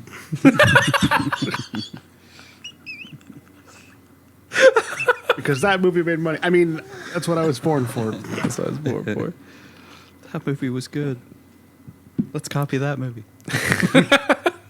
I love how they take the catchphrase from the manga and just kind of like shoehorn it into a scene that makes absolutely no sense. Like they just force it. This is how like every freaking movie is now, where they just I said it. Yeah. They wait until the very, very end to throw in the thing that made the character popular in the first place. Or like don't reveal their costume until 95 minutes into the 98-minute long movie. I don't understand that philosophy, because they're always like, well, of course we're going to get a sequel, but then they'd never get a sequel. And it's like, yeah, exactly. Yeah, you know what? That's a good point. That is a great. That's just a great make point. the character what we wanted it to be from the beginning of the movie. Right. Astro jets that. Oh my god. Astro jets directly. God, I feel like there's like a half page left to this thing. there it is. No, seriously. Bear with me, children. It was a long week in Nashville. Astro jets directly into Fucking A, dude. It's not a tongue twister. I'll say it 3 times fast. Astro jets directly into chest. Directly into Stone's chest, into the red core, and we get a fun little recap of all Toby's fun moments from the film so far, minus that one night eating ham and eggs. The Peacekeeper explodes, and presumably so does Toby, in a red and blue energy blast. Tenma is devastated, having lost his son all over again, and we see President Stone crawl out of a hole in the ground, and he's immediately arrested. In a lush green field, Cora and the gang find Astro Boy back in his skivvies and seemingly dead. I just don't understand how they lived. Like, if it blew up both of the cores. Yeah, wasn't it supposed to be like antimatter meeting matter and creating a giant explosion that wipes everything out? Right. He just wakes up in a hole and one is in a grass field and everything's fine. Yeah. Except the cores are gone. The cores are gone. That's it. That's all that matters. Or the cores are still there. They're just dead. The Surface people and Metro City people come together in mourning for their robot savior, and Dr. Elephant says he can't save the boy since his blue core was unique only to him. Zog shows up, and when Elephant finds out how Astro brought him back to life, he suggests Zog share some of the blue energy Astro used to reanimate him. Zog zaps Astro's core, which brings him back to life, and Toby wakes up to see his dad, who immediately hugs him. Toby thanks Zog for bringing him back, and then all the kids hug him, and they all laugh and laugh. Elephant says Astro has finally found a place in the world since he's a hero robot with a heart of a lion. The kids hoist Astro on their shoulders, and Cora finds her parents in the crowd. Tenma tells Orin he doesn't want him to call him sir anymore and to take the day off and go enjoy yourself with the robot ladies and so forth. And everything is right and perfect with the polluted nightmare world they all have to live on together now. The end. No, wait. Suddenly a flying spaghetti monster appears in the sky, starts blasting everyone, but Astro Boy runs towards the danger. Tenma stops him and says, "Are you sure you're ready for this, Astro?" And Astro Boy says, "I was made ready," and flies off to defeat it in a sequel we'll never see thanks to the catastrophic box office results. The end. Go enjoy yourself with the robot ladies and so forth. Young Nicky Coppola was a huge fan of comic books growing up, and those stories have inspired him every step of the way during his incredible career. So it's no shock that Nick also gravitated towards Astro Boy and other Japanese manga. Thankfully, you too can vicariously relive Nick's childhood over on bookoutlet.com by picking up some comics, graphic novels, and mangas of your own. Book Outlet adds hundreds of new books daily, and you can get up to 90% off original list price on brand new books by scanning the QR code on your screen or by clicking the link in the description below. Not only will you score incredible prices on brand new books, but if you spend over $35, you'll receive free shipping as well. Book Outlet. Ridiculously low prices.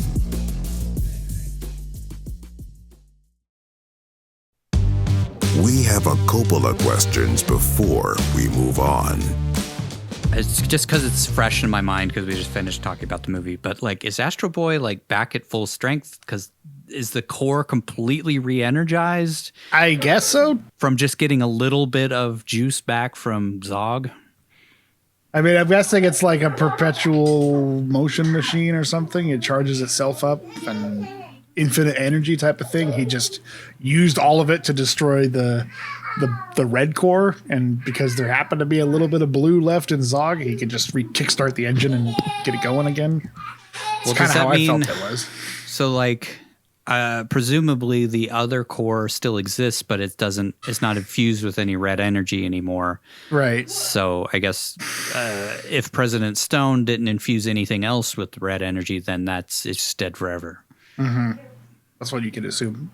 Might have come back in the sequel, but yeah, sure. If they're playing by the same rules, then it would seem that, if there was any red energy anywhere, then they could kickstart the red core again. Why would Tenma and his team have to rely on President Stone for funding when the population is completely reliant on robots? And he's the one who invented all of them, apparently. Like Tenma's kind of overseeing this whole robot revolution. Because like Charlize Theron and her 5 lines, she said that they have Dr. Tenma to thank for everything, like all of these robots. Yeah. And we know he doesn't really need the money anymore because he talks about he's going to just retire and raise the new Toby bot. So it's like he doesn't really need it. He just does it because he likes it, I guess, or he likes his work. Yeah. I get the sense that there's a lot of like wars going on that are all just fought between people and robots somewhere, probably in, the places where wars are happening right now in real life. That's probably where they're sending the robots to fight wars that they don't want to fight.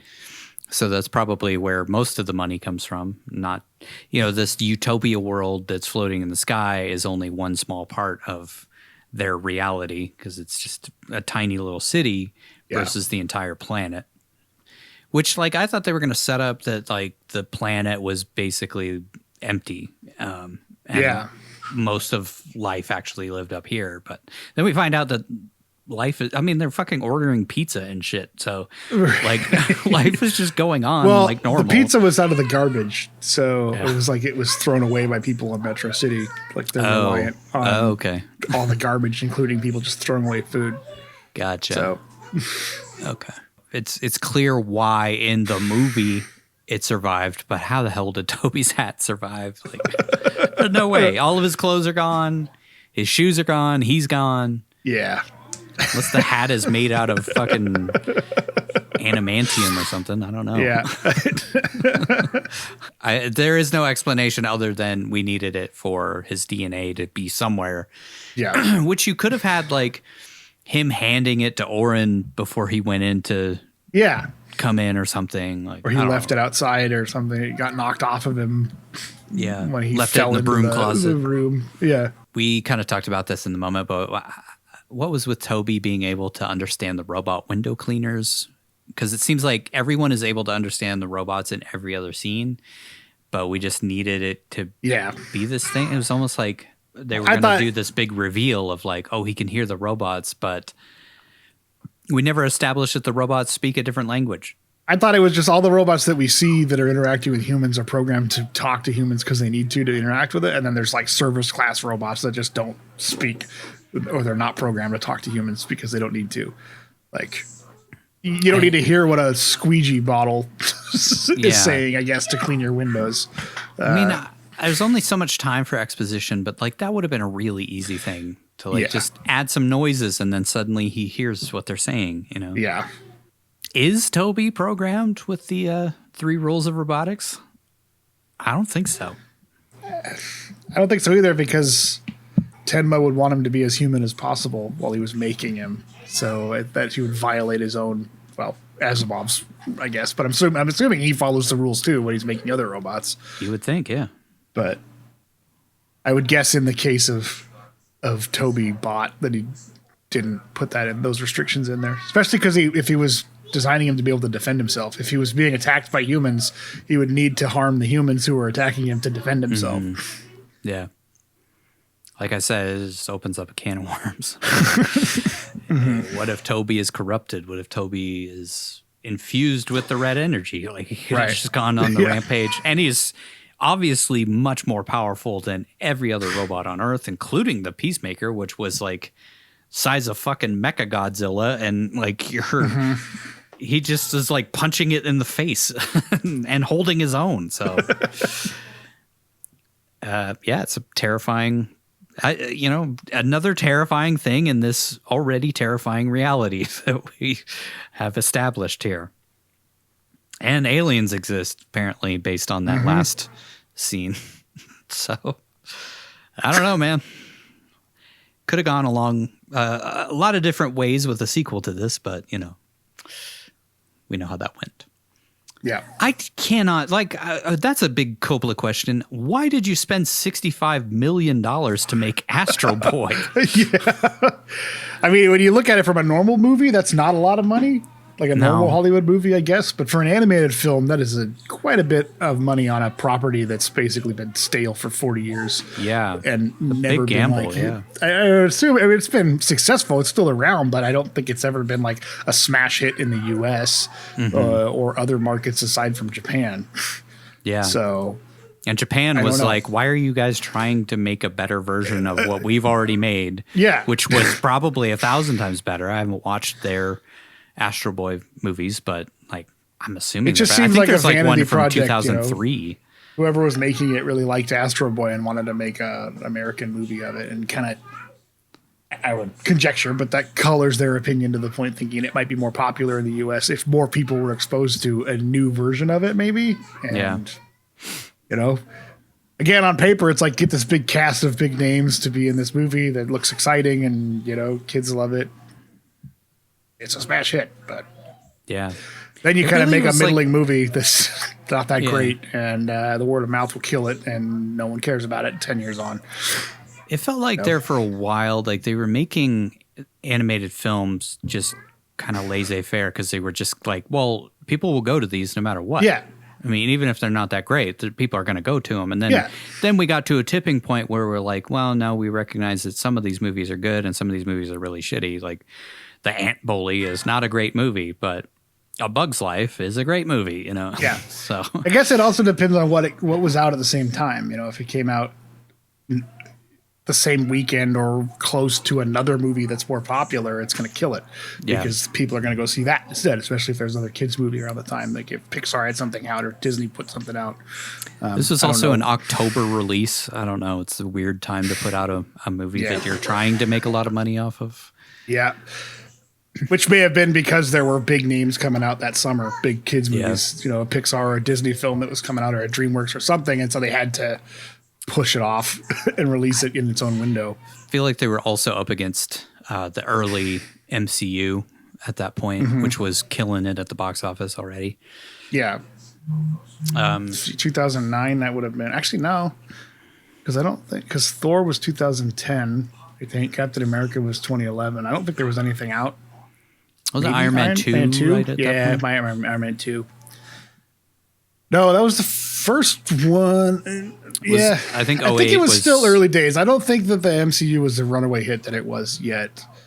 I think they were already at like 3 films though, and I feel like those were already like summer releases at that point. Yeah, no, Incredible Hulk and Iron Man came out like 6 months apart or something like that. They rushed the Tony Stark cameo at the end of that because they've already filmed Iron Man and they were filming finishing up Incredible Hulk, and then Iron Man had come out, I think, and they were doing like post-production for Incredible Hulk, and Iron Man was so popular they were like, oh shit, we got to put him into the Incredible Hulk to get people to care about this. So they filmed that end credits scene after Iron Man had come out. So I don't know. It seems like $65 million is chump change for a big movie. So you would think, you know, it just needed a decent box office return and it would have made money, but it just didn't even get that. Yeah. It seemed like on paper, it seems like something that would have done really well. Maybe not really well, but at least like 150 million or something like that. I just think the name recognition is not there. It didn't have great word of mouth. The review scores were not good. People just weren't, there was no drive for people to go see it. Yeah. My final question is, why didn't Stone die from being absorbed into the Peacemaker? And why does the Peacemaker have his personality rather than its own personality? Doesn't make any sense to me at all. Be a huge design flaw if whatever you absorb takes over your robot. Yeah. Maybe they're melded together somehow, but he is clearly in control of the robot the entire time. It almost feels like an abandoned plot point where he programmed his own personality into it or something, because he was the one driving to make that the big, he had the big push to make that robot come out to help his reelection or whatever vague warmongering thing they wanted to go with. But yeah, it's just sort of, there was a ton of shit in that last like 15 minutes of the movie that just sort of happened. Yeah. And you're just supposed to watch it and accept it, I guess. And so many plot holes and things that were just thrown away, stuff that was established that was just chucked out the window, and which is not common for a movie that's only 90 minutes long. Yeah. Like to that's set up things and chuck them out. That's my biggest critique with it, which I'll get to in my rating. What happened with Cora? That was my big one. Like, did she run away from home? Yeah, I guess because because the way she was talking about it, it seemed like they abandoned her because she didn't, for one reason or another, and she was still trying to call home and nobody was answering and stuff. But like, when she meets up with her parents conveniently at the end, they're happy to see her, and it's like they don't know where she went, and it's like like, we looked everywhere for you, which they didn't, because she's literally been calling their house and they haven't been answering. So that was one of those plot lines that just sort of was there, but then not treated properly and not resolved or explained. I got the feeling that she ran away and she regretted it immediately, but now she's stuck and can't get back. But Hammock has a car that can drive up to Metro City. They can constantly see Metro City. It's like, I guess part of it is like Metro City doesn't allow people from the surface to come back up. Maybe that's what it is. Yeah. Because otherwise Hammock would have just gone home, and he can't. Well, that's what he's trying to do, isn't he? Like at the end. I don't know. He's I guess, but I think at the end he just leaves and goes somewhere else on Earth. Like, just drives off. That's one of my other questions, I guess. What's next for Hammock? Like, what's? I mean, it's just kind of the same, like a snake oil salesman. You just pack up, you go to the next town, and you start the same ruse all over again. Yeah, because he knows robotics. He can make robots and stuff, so he probably just continues on.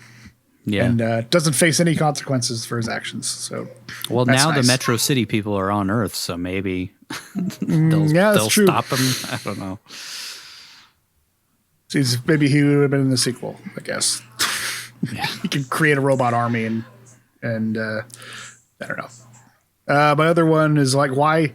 We talked about it a little bit. Why is the robot revolution front in the movie? Like, they serve no purpose other than comic relief. And like you said, they show up like 3 or 4 times just to do something stupid and funny and slapstick, and then they have no effect on the plot whatsoever, other than to bring up uncomfortable questions about robot rights in this world and where they go from there and what happens to them. And I kind of wonder about that, of like, maybe it was just to make people realize like the robots have feelings and that they're tired of being treated like trash, and like, but they made them the stupidest characters in the whole film. Right. You could have done that with that. That was part of Astro Boy's journey, is like, he was rejected and thrown out by his own dad. So you could have easily been like, yeah, this happens to every robot. They just get thrown off like garbage. They don't need to have like a weird group of inept British robots that are trying to lead a revolution and just played like slapstick comedy relief. It's just like, in a movie that already has too much going on, that also felt like something that was an abandoned plot point. I do feel like it was mostly just because there are a lot of like really dark themes and they wanted some levity here and there. Yeah, but that's not even that, like, as an adult when you watch it, you're like, yeah, okay, so there's robots that are so disenfranchised with their shitty station in life that they're trying to create a revolution, but they literally can't because they're programmed against it. Like, yeah. That's horrifying. That's horrifying as well, yeah. So many things in this reality that are so fucked up that they just kind of gloss over and don't really talk about. Yeah.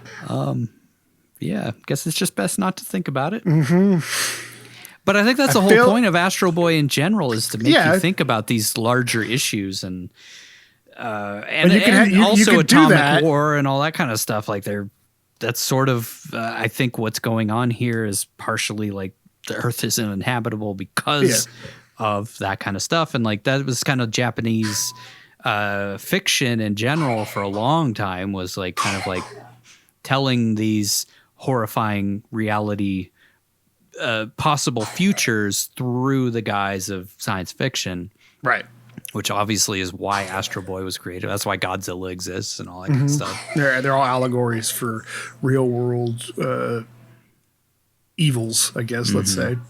But you feel like you can still do it in this movie. Just maybe tone down 3 or 4 of those plot points. Like, don't include all those stories. Just have it focus around Astro Boy and his abandonment after becoming a robot, and like trying to come to grips with that and figure out his own place, and have his dad have a change of heart and have society kind of improve for the better. But you didn't have to have all this other stuff, all this other window dressing that is sort of there to fluff out the story and make things happen. Yeah, it's a rather large cast for what this story is, and like it's only like 90 minutes. It's just like the big question of like, why get Charlize Theron to be the narrator compared to the Ant Bully? It's the same length as the Ant Bully. Yeah, and the Ant Bully has way less going on and feels a lot tighter and serviceable because of it. Yeah. What's the final tally? That leads us over to the Cage Curse Tracker. Well, we're back to restarting the streak of no curses in this one. So, Yeah. unsurprisingly, I don't think there was any curse in this movie at all. So, yeah, 0 for this one, still at 718 total curses. Runtime, this was 94 minutes, which is keeping in line with all of our other animated films, which so far, every one of them has been right around 90 minutes. Keeps them nice and tidy for us, but doesn't really give you a chance to flesh out much story. But most of the time, you don't really need that. I mean, you're catering to children. You should keep it pretty tight. Yeah. Nudity, we'll move on. We'll move past it. State and country tracker, I don't know. I have no idea. I think it's just supposed to be generic Earth. It sure looks like Mount Fuji. Yeah. But I don't know. Budget versus gross. We had a budget of $65 million, which is huge for what we got in return. Yeah. Gross was only $42 million, which is a substantial loss. Catastrophic. That brings our grand total up to $1.790.5 billion budget with a $3.924.2 billion gross. Almost $4 billion at this point. I mean, 42 million is still in our top 15 as far as top grossing films. Weirdly, right under The Ant Bully, which made 55.2. I feel like I don't know. I think I liked Astro Boy more than The Ant Bully. I don't know. I feel like if you would have maybe, like I said, if you would have adulted it up just a little bit, I think you probably would have gotten more adults. Yeah. But if you took away some of the darkness, you would have gotten more kids. It feels like it was like trying to play the middle game and it just wasn't successful for either side. Yeah. As far as ratings, this is our 8th PG film out of all of them, which is kind of surprising. I thought it might be a PG-13 because there is a lot of violence throughout. There's a lot going on. A lot of dark themes too, Yeah, but I think they don't play them dark enough, like we mentioned. They're just sort of, they're there if you were an adult to get it, but they don't, if they try to play into it more, it may have got that suggestive themes or dark themes or whatever. I think that's one of the ratings they use is dark situations or something that they have bumped it up. Mm-hmm. But yeah. I think they try to play it kiddie, I guess. Yeah. Subdued. And that leads us over to the Cage Kill Tracker. I mean, technically he killed his son, but I think we said it doesn't count, so. Nah, Nah. unless he directly, But for some gun to reason, his head. the airline pilot in the first episode we did with Wicker Man Hey, counts that forever. guy was 100% his fault. Yeah. I'm counting that forever. Yeah. He brought that guy there. That's on him. So 0 kills, 0 deaths for Mr. Cage in this film. So, what did you think? Let's rank this film on the Cageometer. That leads us over to the most important question that we ask on this show. Vince, where does the U.S. adaptation of Astro Boy from 2008, right? Was it 2008? I forget. I think so. But it was, I don't know. Who cares? Nobody where does it knows. rate on your Cageometer? Oh, God. Well, I don't want to be too harsh because it's a kid's movie. I remember saying that originally, so I'm going to give it a 5, like kind of middle ground. I think, this could have been such a better movie. I would imagine if they would have stuck closer to the source material and delivered more on a solid message. Like we talked about, it's confusing. Like, are they starting to change their minds and like robots are good or are robots still bad? Because and especially with Astro's character, that when he's fighting all the robots, he just straight up kills them. and doesn't seem to care, even though he's now part robot. So I feel like there could have been a lot better message that they delivered on and a theme. I couldn't fucking tell you what either of them are. So yeah, I'll give it a 5. As far as Cage's performance, hardly in the movie, really. I don't think it was terrible. I think of all the animated films that we've watched so far of him, this is probably my least favorite, just because I felt like his performance was pretty flat. And I stand by the fact that I think he has a great voice and great physicality in his voice for animated films. So it was a little disappointing that it didn't really feel like there's a lot of heart. And I don't know if that was his interpretation of that character.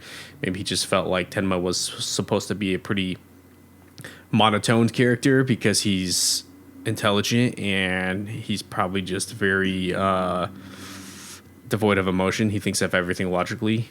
So there's not a lot of emotion in the performance because of that. So I'll give Cage a 5 out of 10. Yeah, it's just so flat the whole way through. Even at the end, I going back and having to rewatch it to remind myself what the hell happened. I was surprised to see. I guess this is one positive thing that came out of having to redo this. I was kind of shocked and surprised to see that he didn't elevate the emotion in the character at the end of the film. It still felt pretty flat when he comes to accept Astro Boy as his son, and that last scene of them together, it's still pretty. There's like, you would think as he's grabbing him before he goes to fight the spaghetti monster that there would be more concern in his performance and his voice, but it's just the same fucking flat delivery all movie long. So a little disappointed.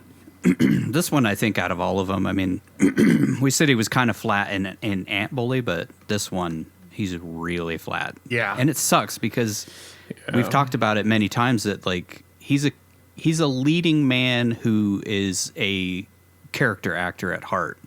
Mm-hmm. And we're, 4 movies into the animated movies, and he's given a character once so far. And that really fucking sucks. Like, why do an animated movie if you're not going to embrace that part of your repertoire, you know? Yeah, that's how I feel too. I'm like, is it a direction thing or is it a Nick Cage thing? Like, it's weird. You can't tell at this point. Yeah. I kind of wonder if they cast him to be Nick Cage. Just, I get a recognizable voice, but like, not really. I mean, kids don't care. No. I don't know. No. I mean, I get voice acting is a different skill set from actual acting. So I don't know. Maybe he doesn't like it as much. It's not as fulfilling. It's just reading lines in a booth. A lot of times you're not even in the same, you're not even recording lines with the other actors on the same day. You're just having to go off of what's written on paper, so maybe it's harder for him to do it. But then you get things like G-Force, where he seemed to have a lot of fun and actually played a character with some not nuance, but did a voice. You could feasibly not know that was Nicolas Cage because it felt like he was trying to create a mole rat character or a mole. Unless you had seen Peggy Sue Got Married, you probably would have never known that was Nick Cage. So it's like he could play I would prove like he's played a distant father who reconnects with his kid in at least one other movie where he does, he brings some emotion to it. So, I think it's also potentially directing because like I just rewatched Into the Spider-Verse, which we're going to do very soon.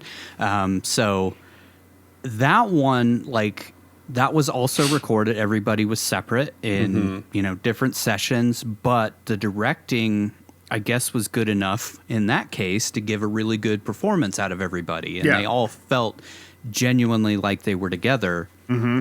So I don't know. I feel like these types of movies, I think they overlook the connection between the actors, and sometimes it just leads to this kind of performance where it's just flat and dull and boring. And I think the really good animated movies have directors or at least voice directors who know how to properly get performances out of the actors. And can account for things like you're never going to see the other actor potentially in these sessions, but you have to act like you are in the room with them. And movies like Into the Spider-Verse really highlight that. Like that all feels authentic. All of those characters all feel like they're interacting and they feel like real people. Yeah. I kind of wonder if maybe like in in the case of Into the Spider-Verse, like they recorded the Miles Morales character first, I believe. So I think maybe that's what, they were like playing it back to the actors so that they could react to that voice. Yeah. I don't know. Whatever they did. That could be one of the strategies they better. use. Yeah. That makes the product a lot better. Yep. Yeah. So. Yeah, that's true. Which, I mean, to Nick's, Nick gets a lot of criticism for his performances, right? Because we've said it a million times at this point. He'll swing for the fences a lot. Sometimes he hits a grand slam. Sometimes he just can't seem to get that ball even contacted with the bat. But I do feel like his best performances typically come from directors who know how to point him in the right direction with the performance that they're looking for. I would even say some of his best performances or his best performances come from directors that wrote the script, and they're able to help him draw things out of that character because they know exactly what they're looking for, and they picked him for a reason. Like, going to Pig, like thinking about Pig, that movie will forever stick in my mind as that's a film where I believe him and the director were 100% in sync because they both were able to relate to the theme of that film, and Nick personally was able to connect to that character having felt similar to him in those ways. And then you get guys like this in this film where they're just probably doing it for a paycheck and they don't really know how to direct people to get proper voice acting out of them. So, all right, Nigel, where does Astro Boy rate on your Cageometer? Yeah, I was waffling on it as I do a lot. I wanted to give it a 5 because, like Vince said, it's sort of just middle of the road, but I think I have to go a little worse than that and give it a 4 just because I felt like it's got 3 or 4 plot lines too many for the 90 minutes that we got it. And its structure suffers because of it. And it's just we've talked about it and we brought it up that there's just so many weird plot holes and loose ends that aren't fully fleshed out, and they're brought up and they're abandoned just so the story could move along. And I think if you just kept it to Toby, Astro Boy, whatever's journey of becoming, realizing he's a robot, he's not the real boy, he's a, failure in his father's eyes, and is having to come to grips with how robots are treated in this world. I think you could have tightened it up, but there's just so much going on with it that it just, you lose that message, and you're not quite sure how you're supposed to be feeling about some of this stuff that pops up in it. So yeah, I think it's kind of in the bad movie territory because of that. So that's why I sit on a 4. It's slightly bad, and I think it's kind of deserves the scores that it got. I'm a little harsher on it just because I felt like it was muddled, and I didn't really enjoy it. I don't really want to rewatch it. I think it's the worst of the animated movies we've watched, aside from Christmas Carol. But there are things I liked about it. It looked fine. I think the art style they picked for it, while clean and maybe devoid of stuff, was accurate probably to the anime and the manga that came out before it. And I think it looked fine. The action was pretty good. I disagree on the rest of the performances. I think they were all really solid except for Nick Cage, which I'll get to in a second. But I did feel like everybody kind of felt like a character. No matter how much screen time they were given, even the dumb revolutionary robots kind of were the actors playing those were giving it their all to give some kind of character to them. Mm-hmm. So it's just it is what it is. I'll give it a low 4. For Cage's performance, I'm going to be even harsher. I'm going to give him a 3 on this because I felt like he was the one actor who, for whatever reason, just felt like a guy standing in a booth giving lines, like reading lines. He didn't really have any emotion behind it. We've seen it in other animated stuff where it just seems like it just seems like Nicolas Cage reading lines. Like all these other characters, like Korra felt like a character to me. Hammock felt like a character. Even Zog with his 11 words had more character to it. Mm-hmm.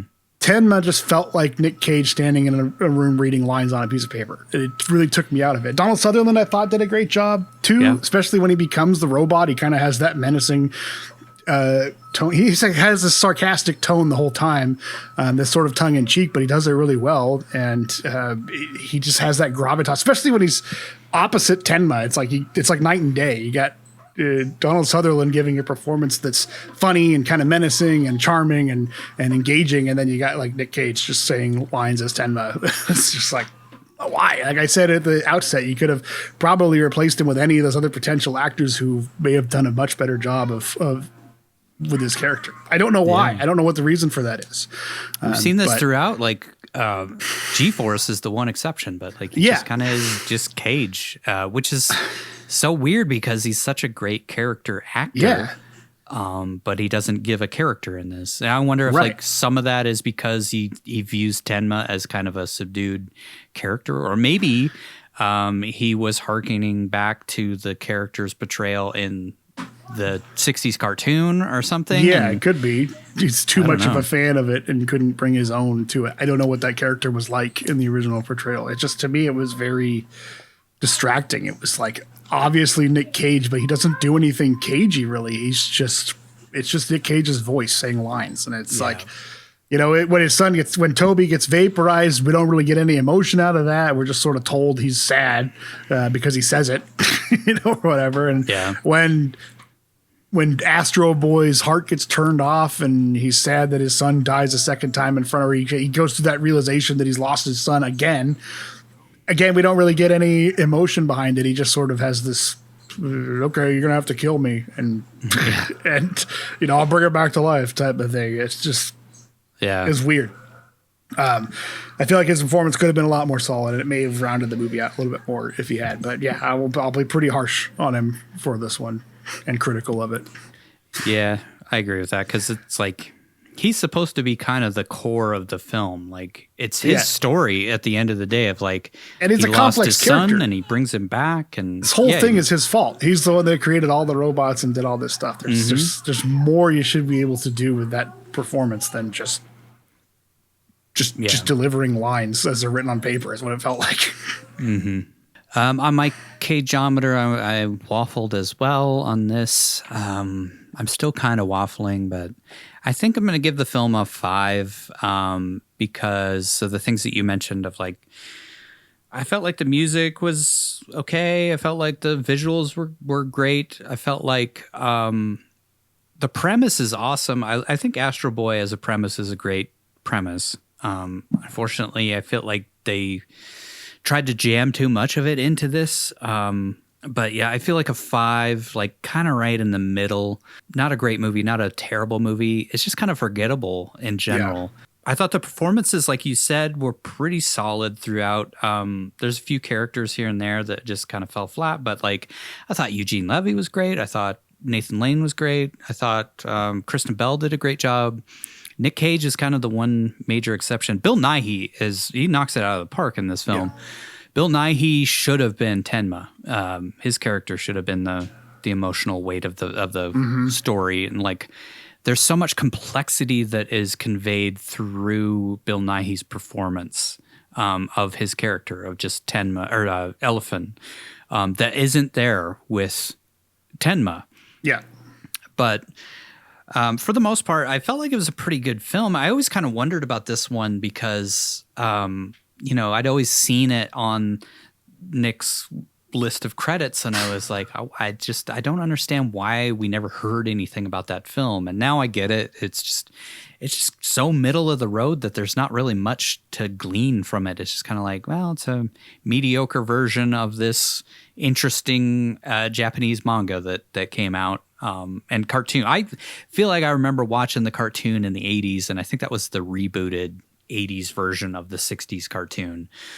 And even then, it was kind of like there had already been things like that out. I feel like Mega Man and stuff like that was out, and it was kind of like Mega Man and Metroid kind of took this idea and made it better. But anyways. So I'm gonna stick with a 5. I did waffle between a 4 and a 5, but I think I'm gonna go with 5 just for the things that I mentioned. Like for the most part, it's got all of the pieces to a great film, but it just isn't. Plot holes, lots of things that just aren't resolved. So yeah, middle of the road 5. For Cage, I'm going to split the difference and give him a 4.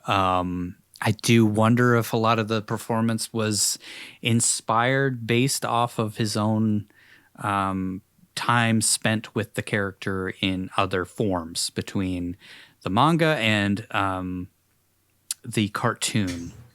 So I wonder if the performance, because I have to assume that Nick Cage was watching the dubbed version of the Japanese cartoon, and maybe he based his whole performance around that dubbed version of the 60s cartoon, which is not a good thing to base your performance around. No. But I feel like he did have his moments, but at the same time, he just isn't there. It's just kind of flat. It's just, in general, so far through these animated films, it just doesn't feel like Nick is really into these, or he just is just trying to pay some bills. I don't know. And a lot of times I feel like once we find out the story behind the scenes, it makes more sense. And I'm imparting my own thoughts towards it of I think he inspired it based off of his own experience with what he had seen of Astro Boy before. And tried to emulate probably what he had seen in the cartoon, which is, you got to bring your own thing to it, especially if we're going to make a brand new adaptation. This is very loosely based off of Astro Boy. It felt like everybody else was bringing their own thing. And the character. Everybody else gave their own interpretation. Yeah. But Cage was just mediocre, middle of the road, flat. I don't know. I feel kind of sad that he didn't put more into this one. I feel like there are a lot of the issues don't come from him, and I'm kind of upset that this one didn't do better and didn't not that it didn't do better financially, but they didn't do better at telling the story and creating an adaptation worthy of $65 million. Yeah, because I think it could be really cool. I mean, honestly, we've told a lot of old stories for a new audience that have come out great. There's 50 Batman movies, and that's been around since the 40s. So, you can tell this story again for a modern audience and do it well. But obviously, people love Astro Boy because it's been around. And so they're, it's a beloved franchise to some people and can be done justice, but for whatever reason, didn't pan out that way with this adaptation of it. I do wonder who owns the rights at this point. I wonder if it's reverted back to Japan. But I saw that there's a modern TV show, cartoon about it. Maybe that's more popular or a better adaptation. I don't know. It definitely feels like something that's better suited to a TV show. Yeah, I think so too. I mean, hopefully we get another stab at this at some point. Hopefully not soon, because obviously it failed miserably. $65 million budget, $42 million gross. That is the audience telling you, no thanks. Yeah. We're good. Right. And that was after you include the Japan or the Chinese release, which made most of the money. I don't even think it debuted in the top 5 in the US. So that's bad. That's real bad.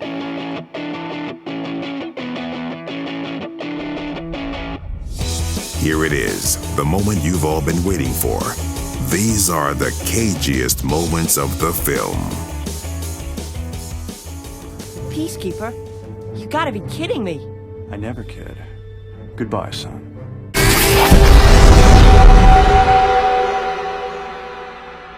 Toby! I can't guarantee what effect. It's gonna make it perfect. Perfect! Thank you, Elephant. I'm going to take him home now. Quality time. Bonding. All the good things. That's not quite what I... Just try rereading these. Get the old brain humming again. Whir.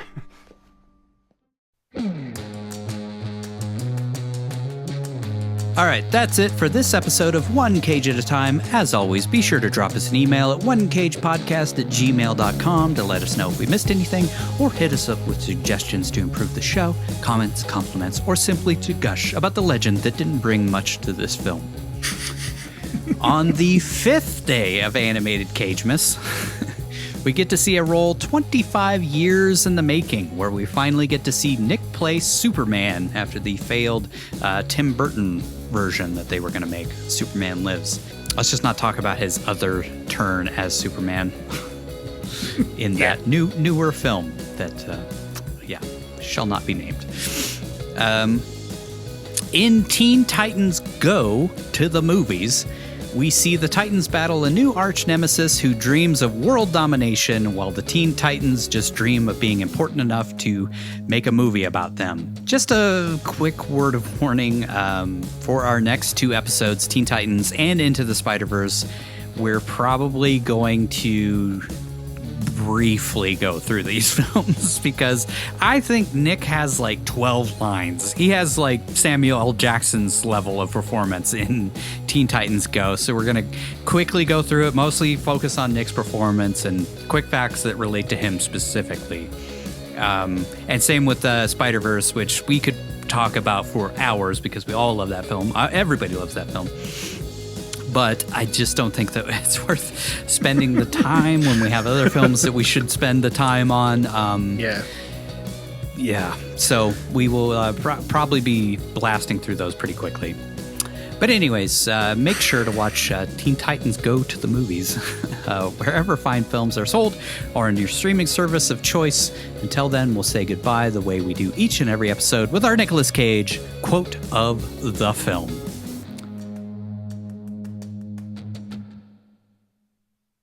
I don't want you to call me sir anymore, Oren. In fact, take the day off. Go on and enjoy yourself with the robot ladies and so forth. Thanks for listening to One Cage at a Time.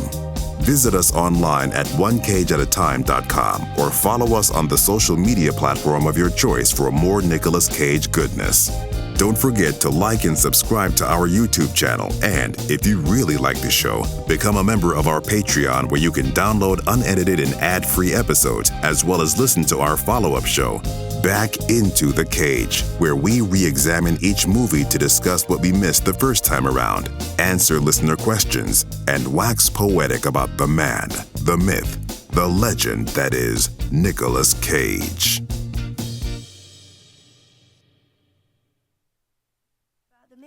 Your job. My job now is to be your father. I am so freaked